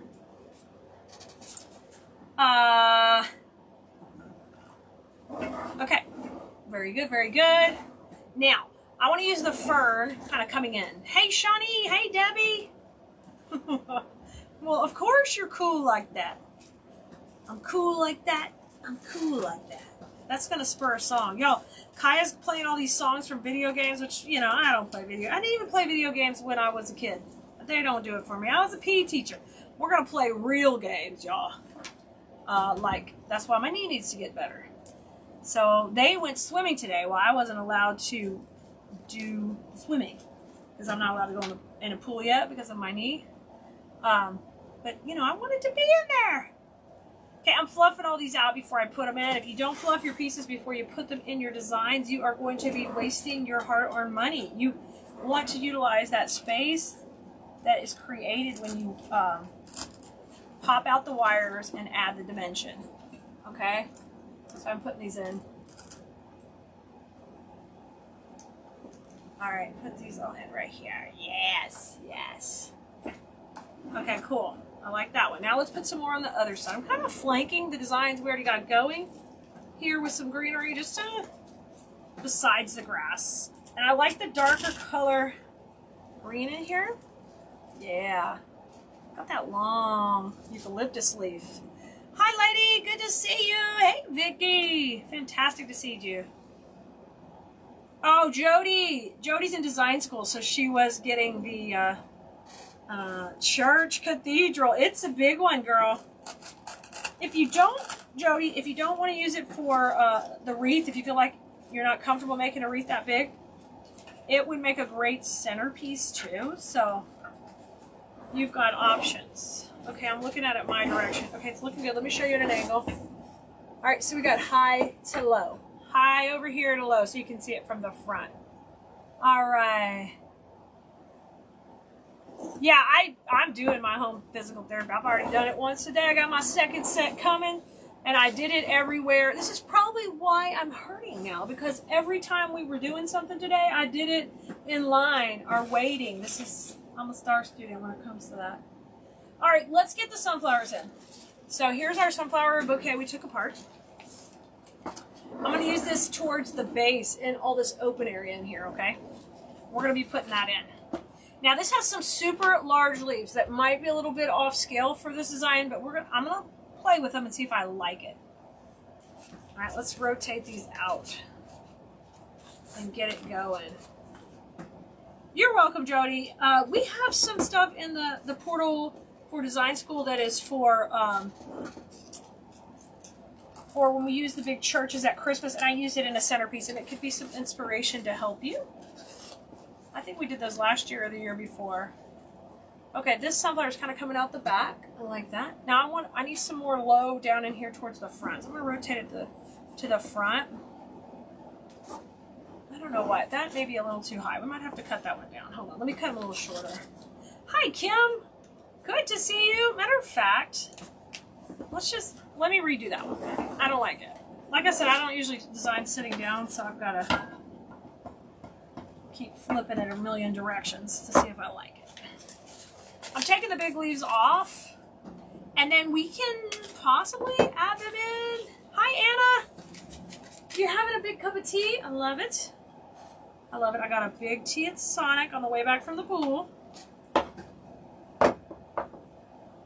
After tennis, they went swimming. Well, mainly because my mom and my aunt were at the pool. I haven't really mentioned to you guys, but my aunt has been going through a tough time with her husband and my uncle. I might have mentioned to some of y'all in design school about my uncle's dementia and Alzheimer's, and so it's been a real challenge. So anytime we can drop everything we're doing and spend some time with her, she can escape a little reality, we just do it.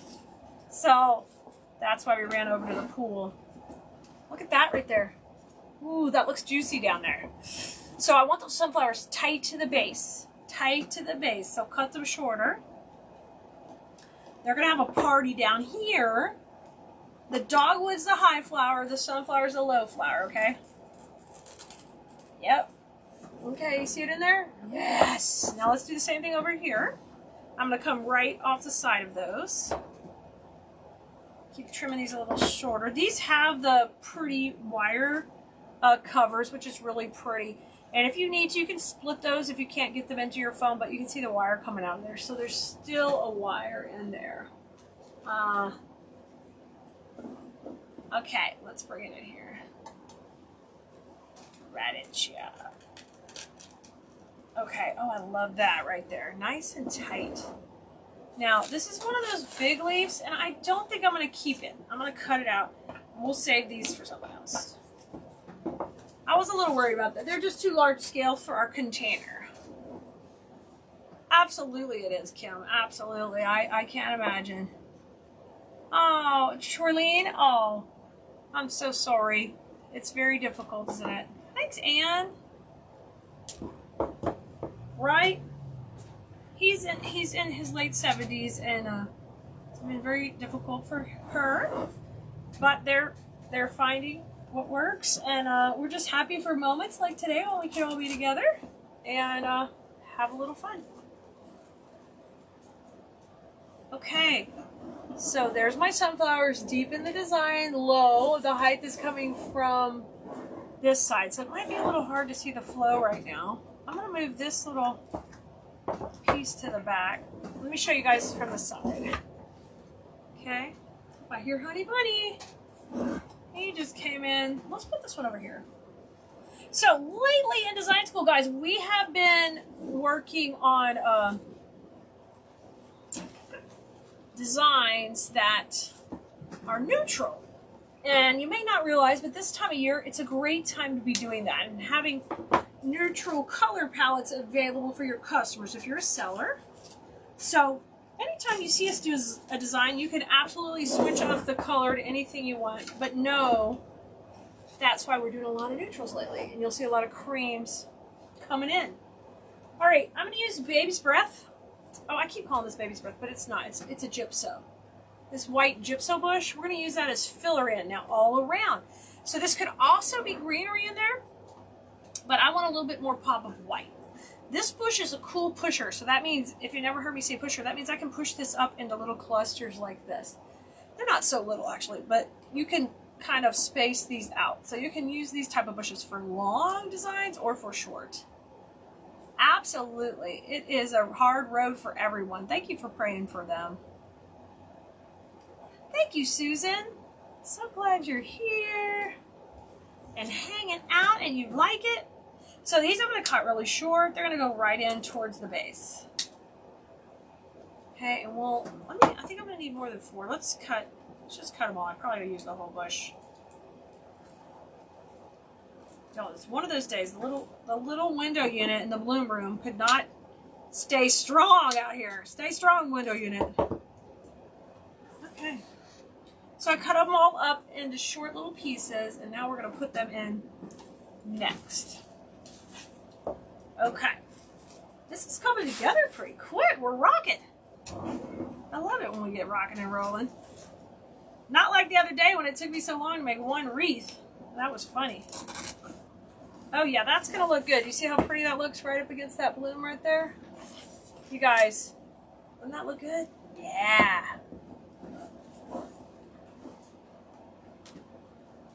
I can't believe it's gonna be 103.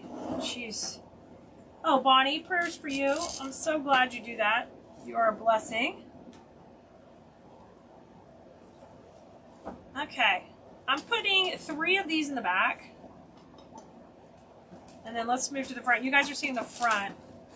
So here's what we got going in the back right there. And I'm going to bring this to the front. I got a little too much greenery over here when I put that one spray in, so I'm just thinning it out a little. Okay, I've got one big sunflower facing here. I'm going to bend that head coming towards me. Now, I'm looking at the front of the design right now. But I'll show you. So I just want the one sunflower, and then I'm going to move a little bit of this greenery right here. It's just a little too long. I'm going to put it under the grass on this side, okay? Kim,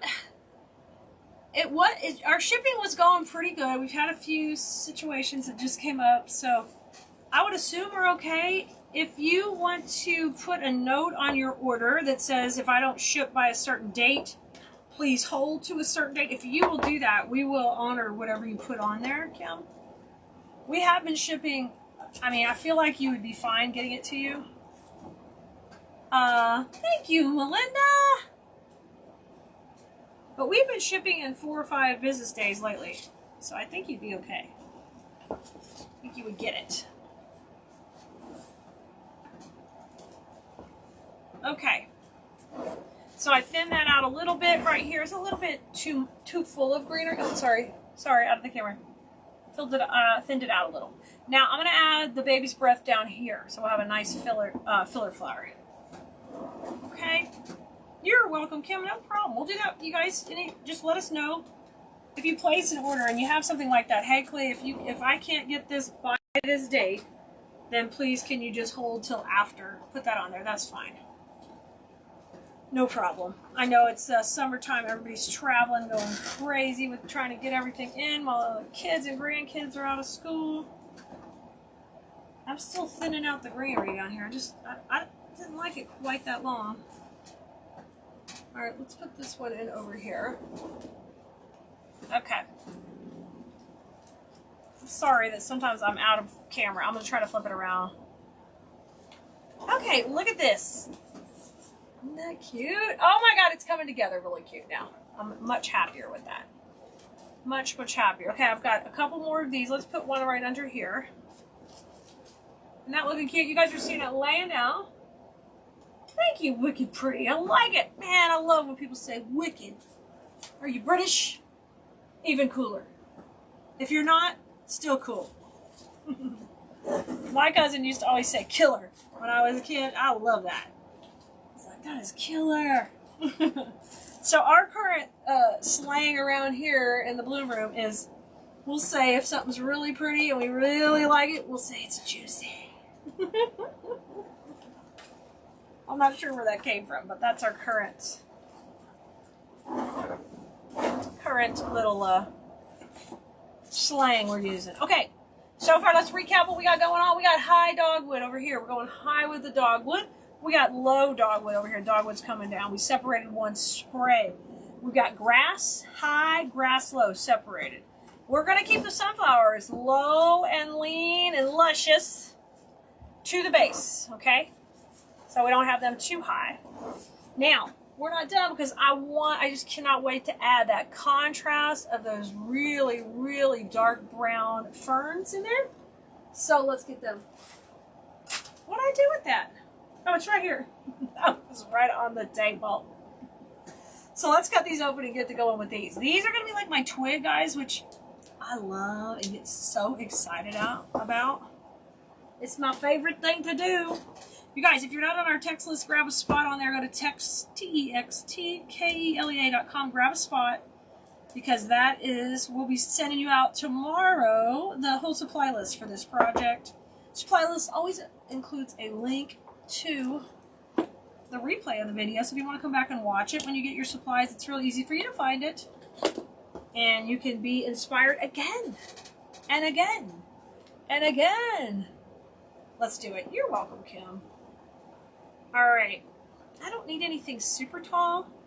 I've got a total of 6 of these. Okay, we know we got to start off over here in the high zone. Okay.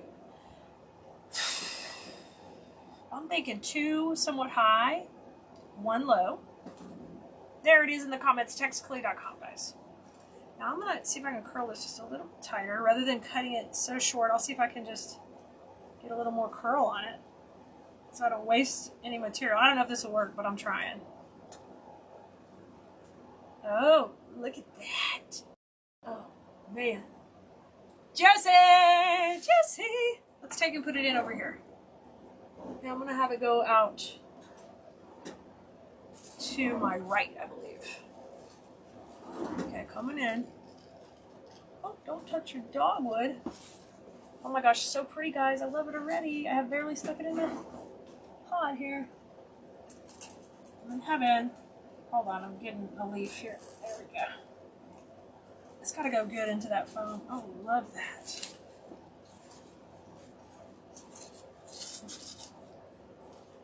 Let me make sure I got it in there good, because it doesn't feel like I did. That's because I try to put it where there's half a leaf. Okay. We're going to redo it. Redo! Thanks, Patty! You are so sweet for sprinkling the love.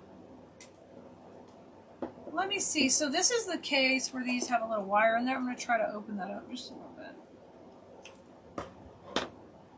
so I can get that wire in there a little easier. You could use a pick machine too, but you know, I'm not doing that.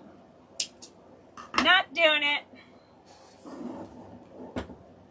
Okay, I'm gonna put this into the right here. Hey Rita, hey Jeannie, hey Karen and Jane. I'm so glad you're here with us. We're getting our fern excitement on here. I'm putting them in. I'm not sure what you call these. I know you can eat some of them and some of them you can't. Of course, these are fake. You can't eat any of them. But there's our first one in. I love that. I love how it's going to add this big contrast of color. And it's going to pull that dark color from outside from inside the sunflower. And that's really going to be pretty. Okay, let's curl this one up a little bit more. Hey, thank you, Danae. I'm glad you like it. Yeah, we've gotten some requests for some centerpieces, so we're going to do a few centerpieces here or there.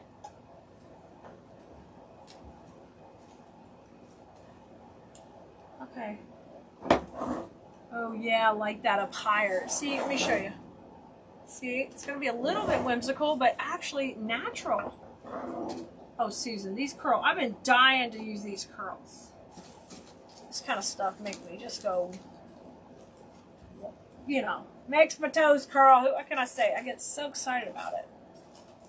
Okay, let's get that one a little more curvy and moving. I gotta get this one a little tighter. Keep curling. There you go. Yeah, you can definitely manipulate them. You just gotta work with them. This one up a little higher. Looking good. So 2 up. Now I wanna have one kind of coming down into the party zone over here. Let's get one of those. I only have a couple more. They remind me of the foam sticks using elementary school. Oh, Michaela, I'm not sure if I know what you're talking about. Hey, Carolyn, Nia's doing good, hanging in there. One day at a time. I try not to make judgments too early in the day about how great it's gonna go. All right, so you guys can see I'm gonna have this one kind of come out towards the front here is the plan, okay?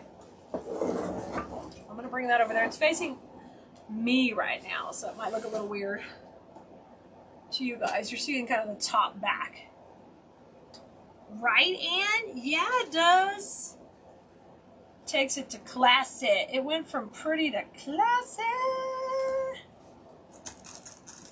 Okay, this one's going to kind of come out forward. I'm going to try to get a little bit of a whimsical curl on that one. Oh, mama! Look at this. Oh, my love. I love it. Okay, we're not done. 2 more pieces. So high to low. So we're going to go down low and party down low now.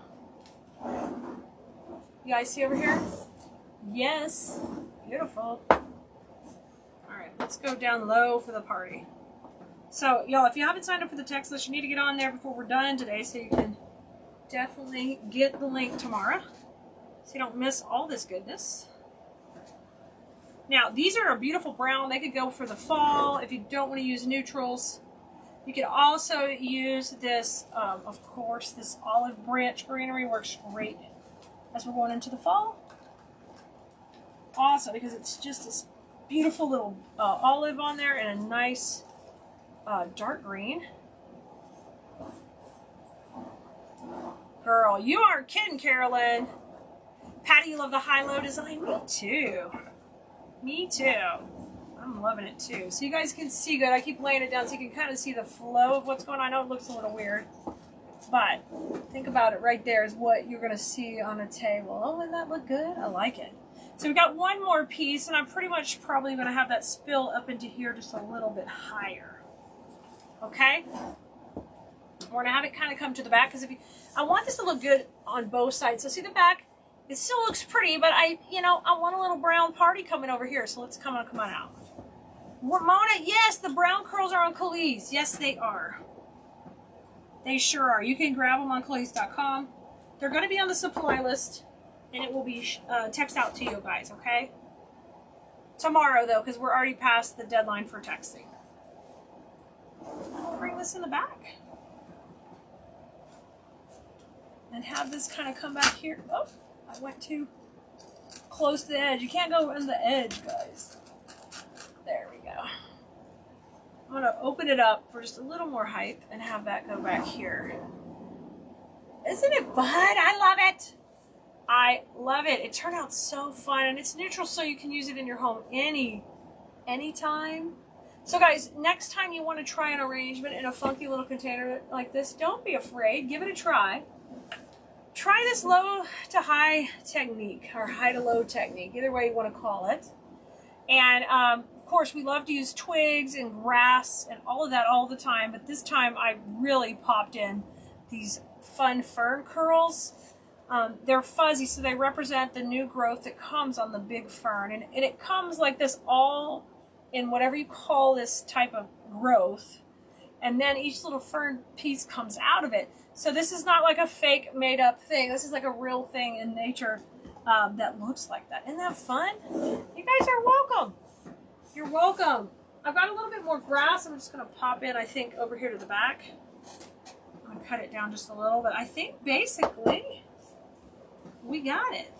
And I think it turned out really pretty. So what I was telling the design school students the other day also is that, I do that whole section in the shop of neutral. And literally, it's going to stay in my booth until we're ready to put Christmas in. That's what we're going to do.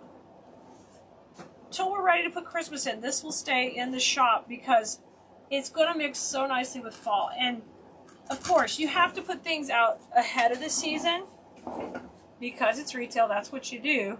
But, there are people who want stuff to go on their door, their home. They're having a party. They're getting ready for a wedding. And they're having a little dinner, and they need to just totally soup up their house and add this little touch, and you can do that for them. Okay, y'all, this is our subscription box, our latest one, our BBB box. Now, you can see it's already cut open. I've already been in it, and you might have joined us live before and seen what we made together. So I'm going to show you that first. And while I'm doing that, make sure you like, subscribe, and follow, and come back for more floral fun. So we have a subscription box that comes out every month, and it's seasonal. And what it is, it's floral supplies that coordinate and go together. So it takes all that stress out of going to Khalees.com and going, hey, what do I get? What do I want to play with? And this is part of the box. So we unbox this on a live. If you want to see the unboxing and how we made this project, just let me know in the comments. Just say, hey, I need the link to the first video, and we'll send that to you too. Today, we're going to use the rest of the box and create a second project. But isn't this gorgeous? So they're going to coordinate and be very simple. I'm not simple, but similar. But the next one is going to be totally different, okay? So here is the first project, guys. It just turned out stunning. It's kind of got a little bit of a boho vibe with a little bit of pampas and a little bit of wispiness, but it's still very neutral and natural for the fall season. Now, those subscription boxes, BBBB box, they are seasonal. So next month, it just depends when you see this video and when it's coming out. But once we get done with our fall collection of boxes, they shift to Christmas and winter. So if you're watching this in real time and not on a replay later, you'll know that the next box shifts to Christmas. But they're always seasonal, and that goes with all of our subscription boxes. So the only thing that didn't come in the box was the wreath base. So on our next project, the only thing that's not going to come in the box is going to be the candlestick. We're going to make a candlestick arrangement using what's left in the box. And then we're going to add some ribbon too. So those would be the two things you have to run out and grab somewhere else. Now this particular one, I just grabbed at Walmart. I liked it. And let me show you why. Look at how pretty the brown is to go with these colors. So I know if I'm going to put these similar type products on here, that's going to look perfect. Like the muted tone is just gorgeous to go together. And if you wanted to go with a darker candlestick, that would work also because of the fact that this wreath is dark and it looks great together. So keep those visual cues in mind. All I've done so far is we put some hot glue on there and I've glued on a little bit of foam. Nothing too difficult so far. So good. Now let me grab the rest of that box and let's take a peek what's left and let's finish our unboxing. Okay? So here's what's left in the subscription box. This is a beautiful berry and it's kind of like a wheat bush. Oh my gosh, that's so pretty and wispy. I love that one. Then we have this one. We have a little bit of pampas left, just a touch. We used about half of the, maybe a little bit more than half on the other project. Oh my gosh, great. We still have 3 pumpkins. I love that. All right, and this is going to be our filler. A beautiful grass with berry. Okay, oh my gosh, this is very similar to the grass we used on the pumpkin arrangement we made the other day. Okay, so that's the rest of our box. That's all we had in the subscription box. So we're going to try to make this just using what's left. And the other thing I'm going to add in is I'm going to add a bow. And I want to show you. I just picked out a very neutral. You may already have this ribbon at home, but this is the bow we're going to be using. All right? So let's get to town and start creating. All right, if you haven't liked, subscribed, and followed yet, you need to do that, please. Do all the things so you can be never missing one of our videos or any of our new content or live sales. Y'all, you don't want to miss any of the action. Today, y'all, the reason I'm not doing the video live is I'm getting my hair highlighted for the very first time. So if you have any advice for me on that, put it in the comments. It is an attempt to cover gray hair. I'm totally not accepting it. Tell me if you get your hair highlighted and if there's any tips I need to know. You can see here I'm just shredding these. I call that shredding because I'm just splitting them into long pieces. And then the little papers come out. You just throw those away. Makes it really, really easy to prepare your products when it comes to doing these designs. Now, if you're a subscription box subscriber and you don't make arrangements, it's not a big deal because you can always tuck these in around pieces in your home and you never have to worry about not having the right seasonal pieces to do that with. And I'm excited to be able to show you those tips and techniques from our new studio. I don't know if you've heard the news, but we have been very blessed to be able to get a new space and build a new studio with more space and hopefully different camera angles and all the fun stuff. So I'm very, very excited about it. Okay, I'm just going to trim these off a little and get them nice and neat. So this is basically what we have to work with to fill in around. We don't have like a separate greenery. That's it. Now, I've got my main focal point is going to be the 3 pumpkins. So I want to definitely put these in first. And we're not going to go super high. We're going to keep it kind of a little bit lower. So what I'm going to do is just cut these 3 off, and we'll put these on first to get some great spacing and get them as our focal point in, okay? So one's higher, the others are shorter, and we just have a nice little small piece of foam here, so we're not going off really huge. Now you can always make yours larger if you want and add some other greenery to do that. So this one's going to go in the back. Okay, let me grab my little bitty Lazy Susan. That would work great for this. We'll just pop it right on there. And now the easy thing with that is I can spin it around. Can you guys see that though on camera? Let me bring it here. Might be just a little too tall. Hold on. I gotta adjust the camera. All right, so I put this one in the back. I might have to just make it flat. Sometimes with the camera angle so tight you can't see it. That's okay. You'll be able to get the gist. So this is going kind of in the back. And then I'm going to put these a little shorter. Like one towards the front here. And then we're going to have one coming out in this section. Okay? So you guys can see how it's laying out. Alright? So that's how our 3 pieces are going in. So when I stand that out, you can see the 2 lower pumpkins. Oh, there you go. I'll just move it forward a little bit. And then you guys can see better. There we go. Okay, cool. I'm trying to make that camera angle bigger. Okay. Now, I want to fill in between those with, I'm going to start with this grass as our filler. And we got to cut it a little bit shorter. And let's put one piece in right here next to Mr. Pumpkin. You know, and I didn't think about it. The other thing you're going to need also is you're going to need some Spanish moss to cover up any mechanics at the bottom. So I like to use Spanish moss. You could use something else, like some extra leaves left over from another project. Whatever you want, but you're going to need a little bit of that to cover our handiwork. So I'm kind of going right beside Mr. Pumpkin and filling that right out. And let's take a little bit of the wheat bush and put it in the middle because it's got a really cute berry. I'm going to cut it where it's a little shorter and have it come down. Oh yeah, I like that. Now my bow is going to work into here in a little bit, so I'm leaving that open, and I'm just going to work around my pumpkins now. Let's take our little berry spray, and I'm going to keep on filling in around it. So if you haven't played with a little candlestick design, I'm going to give you an insider tip right here. You want to stay short and low, and don't go so big and bold. It's tempting to go big and bold. If you do that, your cost goes super skyrocketing high. So okay, say short and low until you get better at making them. Then start to work on going super duper high, okay? All right. Ask me how I learned these things. Guys, this is going into year 26. So, y'all, lots of trial and error. Trial and error. Lots of it. I'm going to have to go double check my DBA and make sure I'm telling y'all right. It's 25 or 26. I get so excited. A lot of practice. Okay, let's come out this way. And I'm kind of getting good spacing on all my berries, all right?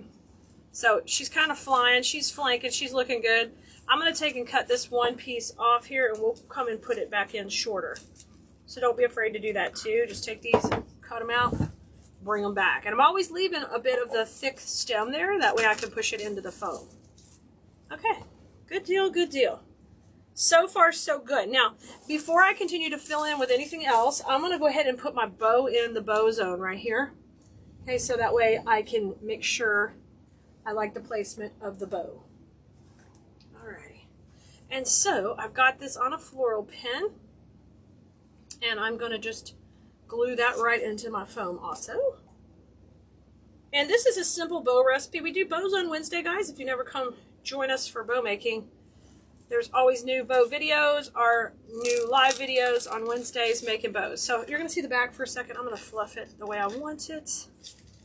You got to fluff it the way you want it. Oh my God, so stinking cute already. Okay, so bow's in. Looking really good there. My pumpkins are in, going around. Now, I'm going to leave this flat for a second, and we're going to work to fill in all the detail around the bow. Okay, so let's take these. And if you watch the pumpkin video where we have a little pumpkin kit door hanger kit that's very reasonable. It's a great entry-level project. This is the same grass I used on there, and it breaks up really, really easy. So I can take this and cut these super short.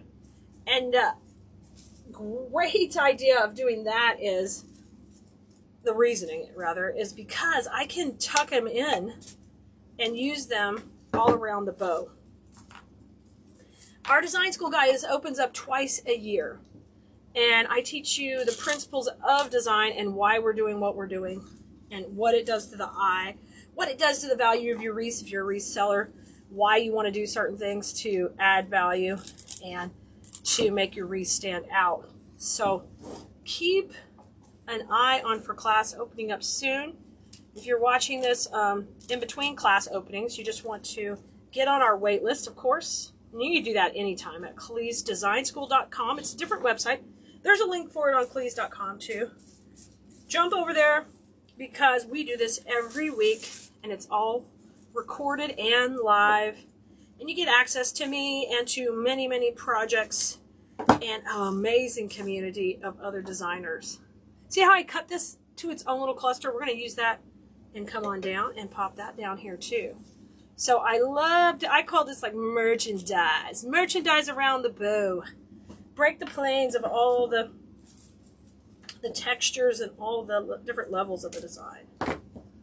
Okay, so I've clustered a few of these together. We're going to trim that, cut it, and I may have to pin this in. When you get really thin, you might pin it in. If you use a pick machine, you could do that too. Khalid doesn't use a pick machine, but I'll just pin it with a little floral pin up in there in the bottom. And then we'll tack a little glue on it. Only because I had to cut these really short to hold them. And I'm going to try to hide that behind my bow. So just pick up that skirt of that bow. Excuse me, bow. Excuse me, darling. I need to tuck this in here, and I don't need you impeding my progress. All right, good. I like those little soft pieces in there. Now I'm going to put a little glue. You can pump a glue gun. I don't use a glue gun either.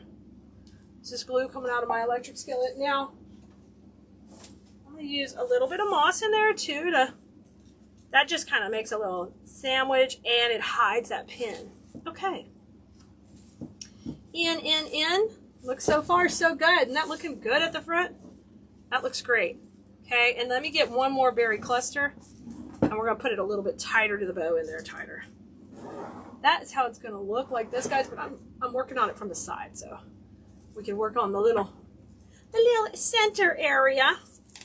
And I'm going to put this one in just a little bit more to the back. Okay, so the nice thing about putting that bow in is it takes up a little real estate. It fills in beautifully behind our pumpkins. And now what we can do is just fill in a little bit more. See how cute she's looking? You're kind of seeing it from, look at that. Now looking good? Great. So I want to fill in a little bit more around here. So I'm just going to put it straight up and we're going to keep adding in this direction. All right? Let's do it. Thanks for the follows. I see you guys following and liking. I'm so glad you're here. And, you know, fall, Christmas time is really our go time where we are creating like crazy. Now, I'm going to keep putting a little bit more around, pointing to the front here for a second. And then we're just going to take a minute and we're going to make the back look pretty. So I've got a nice, beautiful spray. I've got a good shape. Let me just look at it myself. I like it. The only thing I'm going to cut back is this little piece right here. So if you see a piece that's kind of shooting out a little bit farther than you want it, take it out. And I'll pop this in. Now, when we're all done, I will have finished pictures for you. We'll be posting here on Khalees.com. You'll also see them on YouTube or Facebook or TikTok, all the thing. You can see it finished and how it all came together. Okay, now we're going to work on the back because the back is just green moss back there. Now, I've got a little bit left. We're going to fill in, but we want to make sure we get it nice, short, and tight with this. And then we're going to cover the mechanics just with Spanish moss. So let's just lay it down where you can see what we're working on and cut these down a little short. Okay, because we don't want this shooting up above. Like I said, if you start to make it really big and tall, you have to fill in a lot. So keep it short and a little more compact. You know how good things come in small packages? Same concept here. Okay, let's trim these down. Oh my gosh, we're doing so good. We've made this so far. I think we'll get done under 20 minutes, which is amazing for a candlestick project. They can take a little bit longer, but we're rocking it out. So these are all short, and we're going to fill in right around the base here. And then I'm going to show you how we're going to mix in the Spanish moss. So we have 3 different colors of Spanish moss on Calise.com. They don't come in the subscription box because they're big, huge bags. I think they're a full pound, so they're sold by the weight, not volume. And they come in chartreuse, dark green, and light green. Really, they can work for any season. They mix and match. But for fall, I like light green or chartreuse. And then in the Christmas, I generally switch back to the dark green. And in spring, we use the dark green a lot. So it kind of works out great filling in with the 3 different colors. But just start off with one color, use it, and then you can add another color to your collection when you run out. Okay, so I filled in nice and full back here. So if somebody sees the back of the arrangement, it does look very nice and neat and clean. Now, grab your Spanish moss. I keep mine just in a metal bucket like this so I can easily bring it out to the party.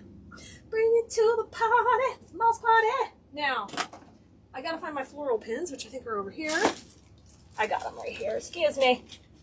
Long reach, folks. I don't glue the moss. You just take and make nice little bowls. And in this case, we're trying to cover a flat surface right here. So just take and tuck that there. This one's going to kind of go up by the stems, and I'll put one more below. So you see how beautiful the chartreuse looks with this, and it just fits perfectly.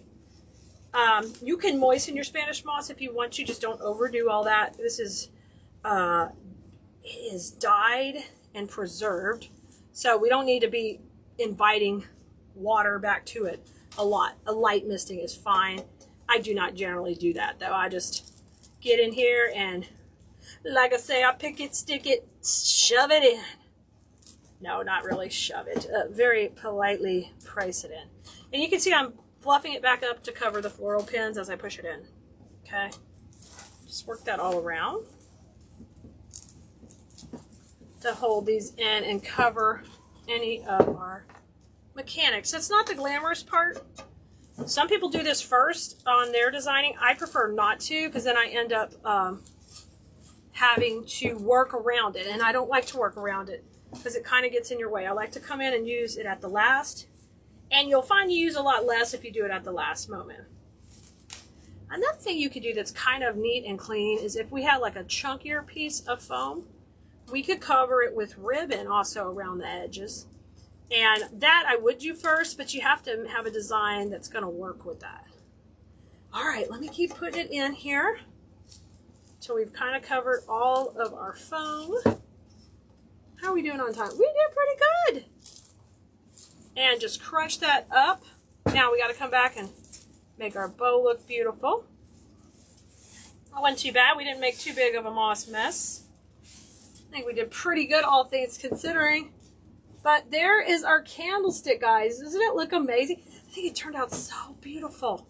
And I'll get some good pictures of it out in the sunshine so you can see how pretty it is. And we'll take pictures with it with the wreath.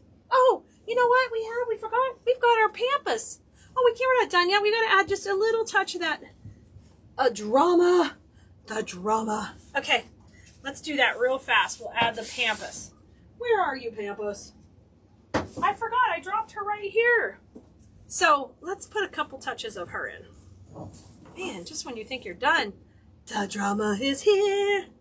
When I thought about taking those pictures together, I was like, oh, but where's the pampas?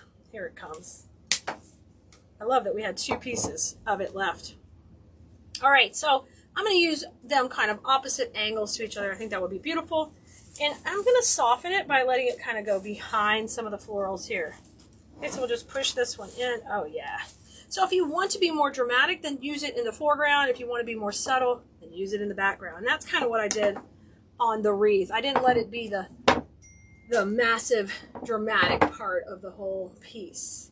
Look at that. Okay, let's have this come down trying to see, those are at the same length. Let's cut these a little shorter. I'm gonna pull them out. They look just like little feathers. All right, let's give that a twirl in the glue pot and bring it down. Come on down. And we're just gonna let these softly push in. Oh, beautiful. And I want this one just a tad bit shorter. So what I'll do, and I did this also when we made the wreath, y'all, is I'm just gonna sacrifice a little and have it shorter. And you could keep this to tuck in at the top of the bow here. So I'm gonna take this little piece, we'll tuck it in. Just really softly in, beautiful. And then I'm gonna use the other piece at the bottom. So we just added a little bit of subtle drama without a whole lot of craziness. And it's soft and beautiful. Oh my gosh, I love it, y'all. All right, check to see the finished pictures, and I'll see you guys next time on Khalees.com. Bye, everybody. Have fun with flowers.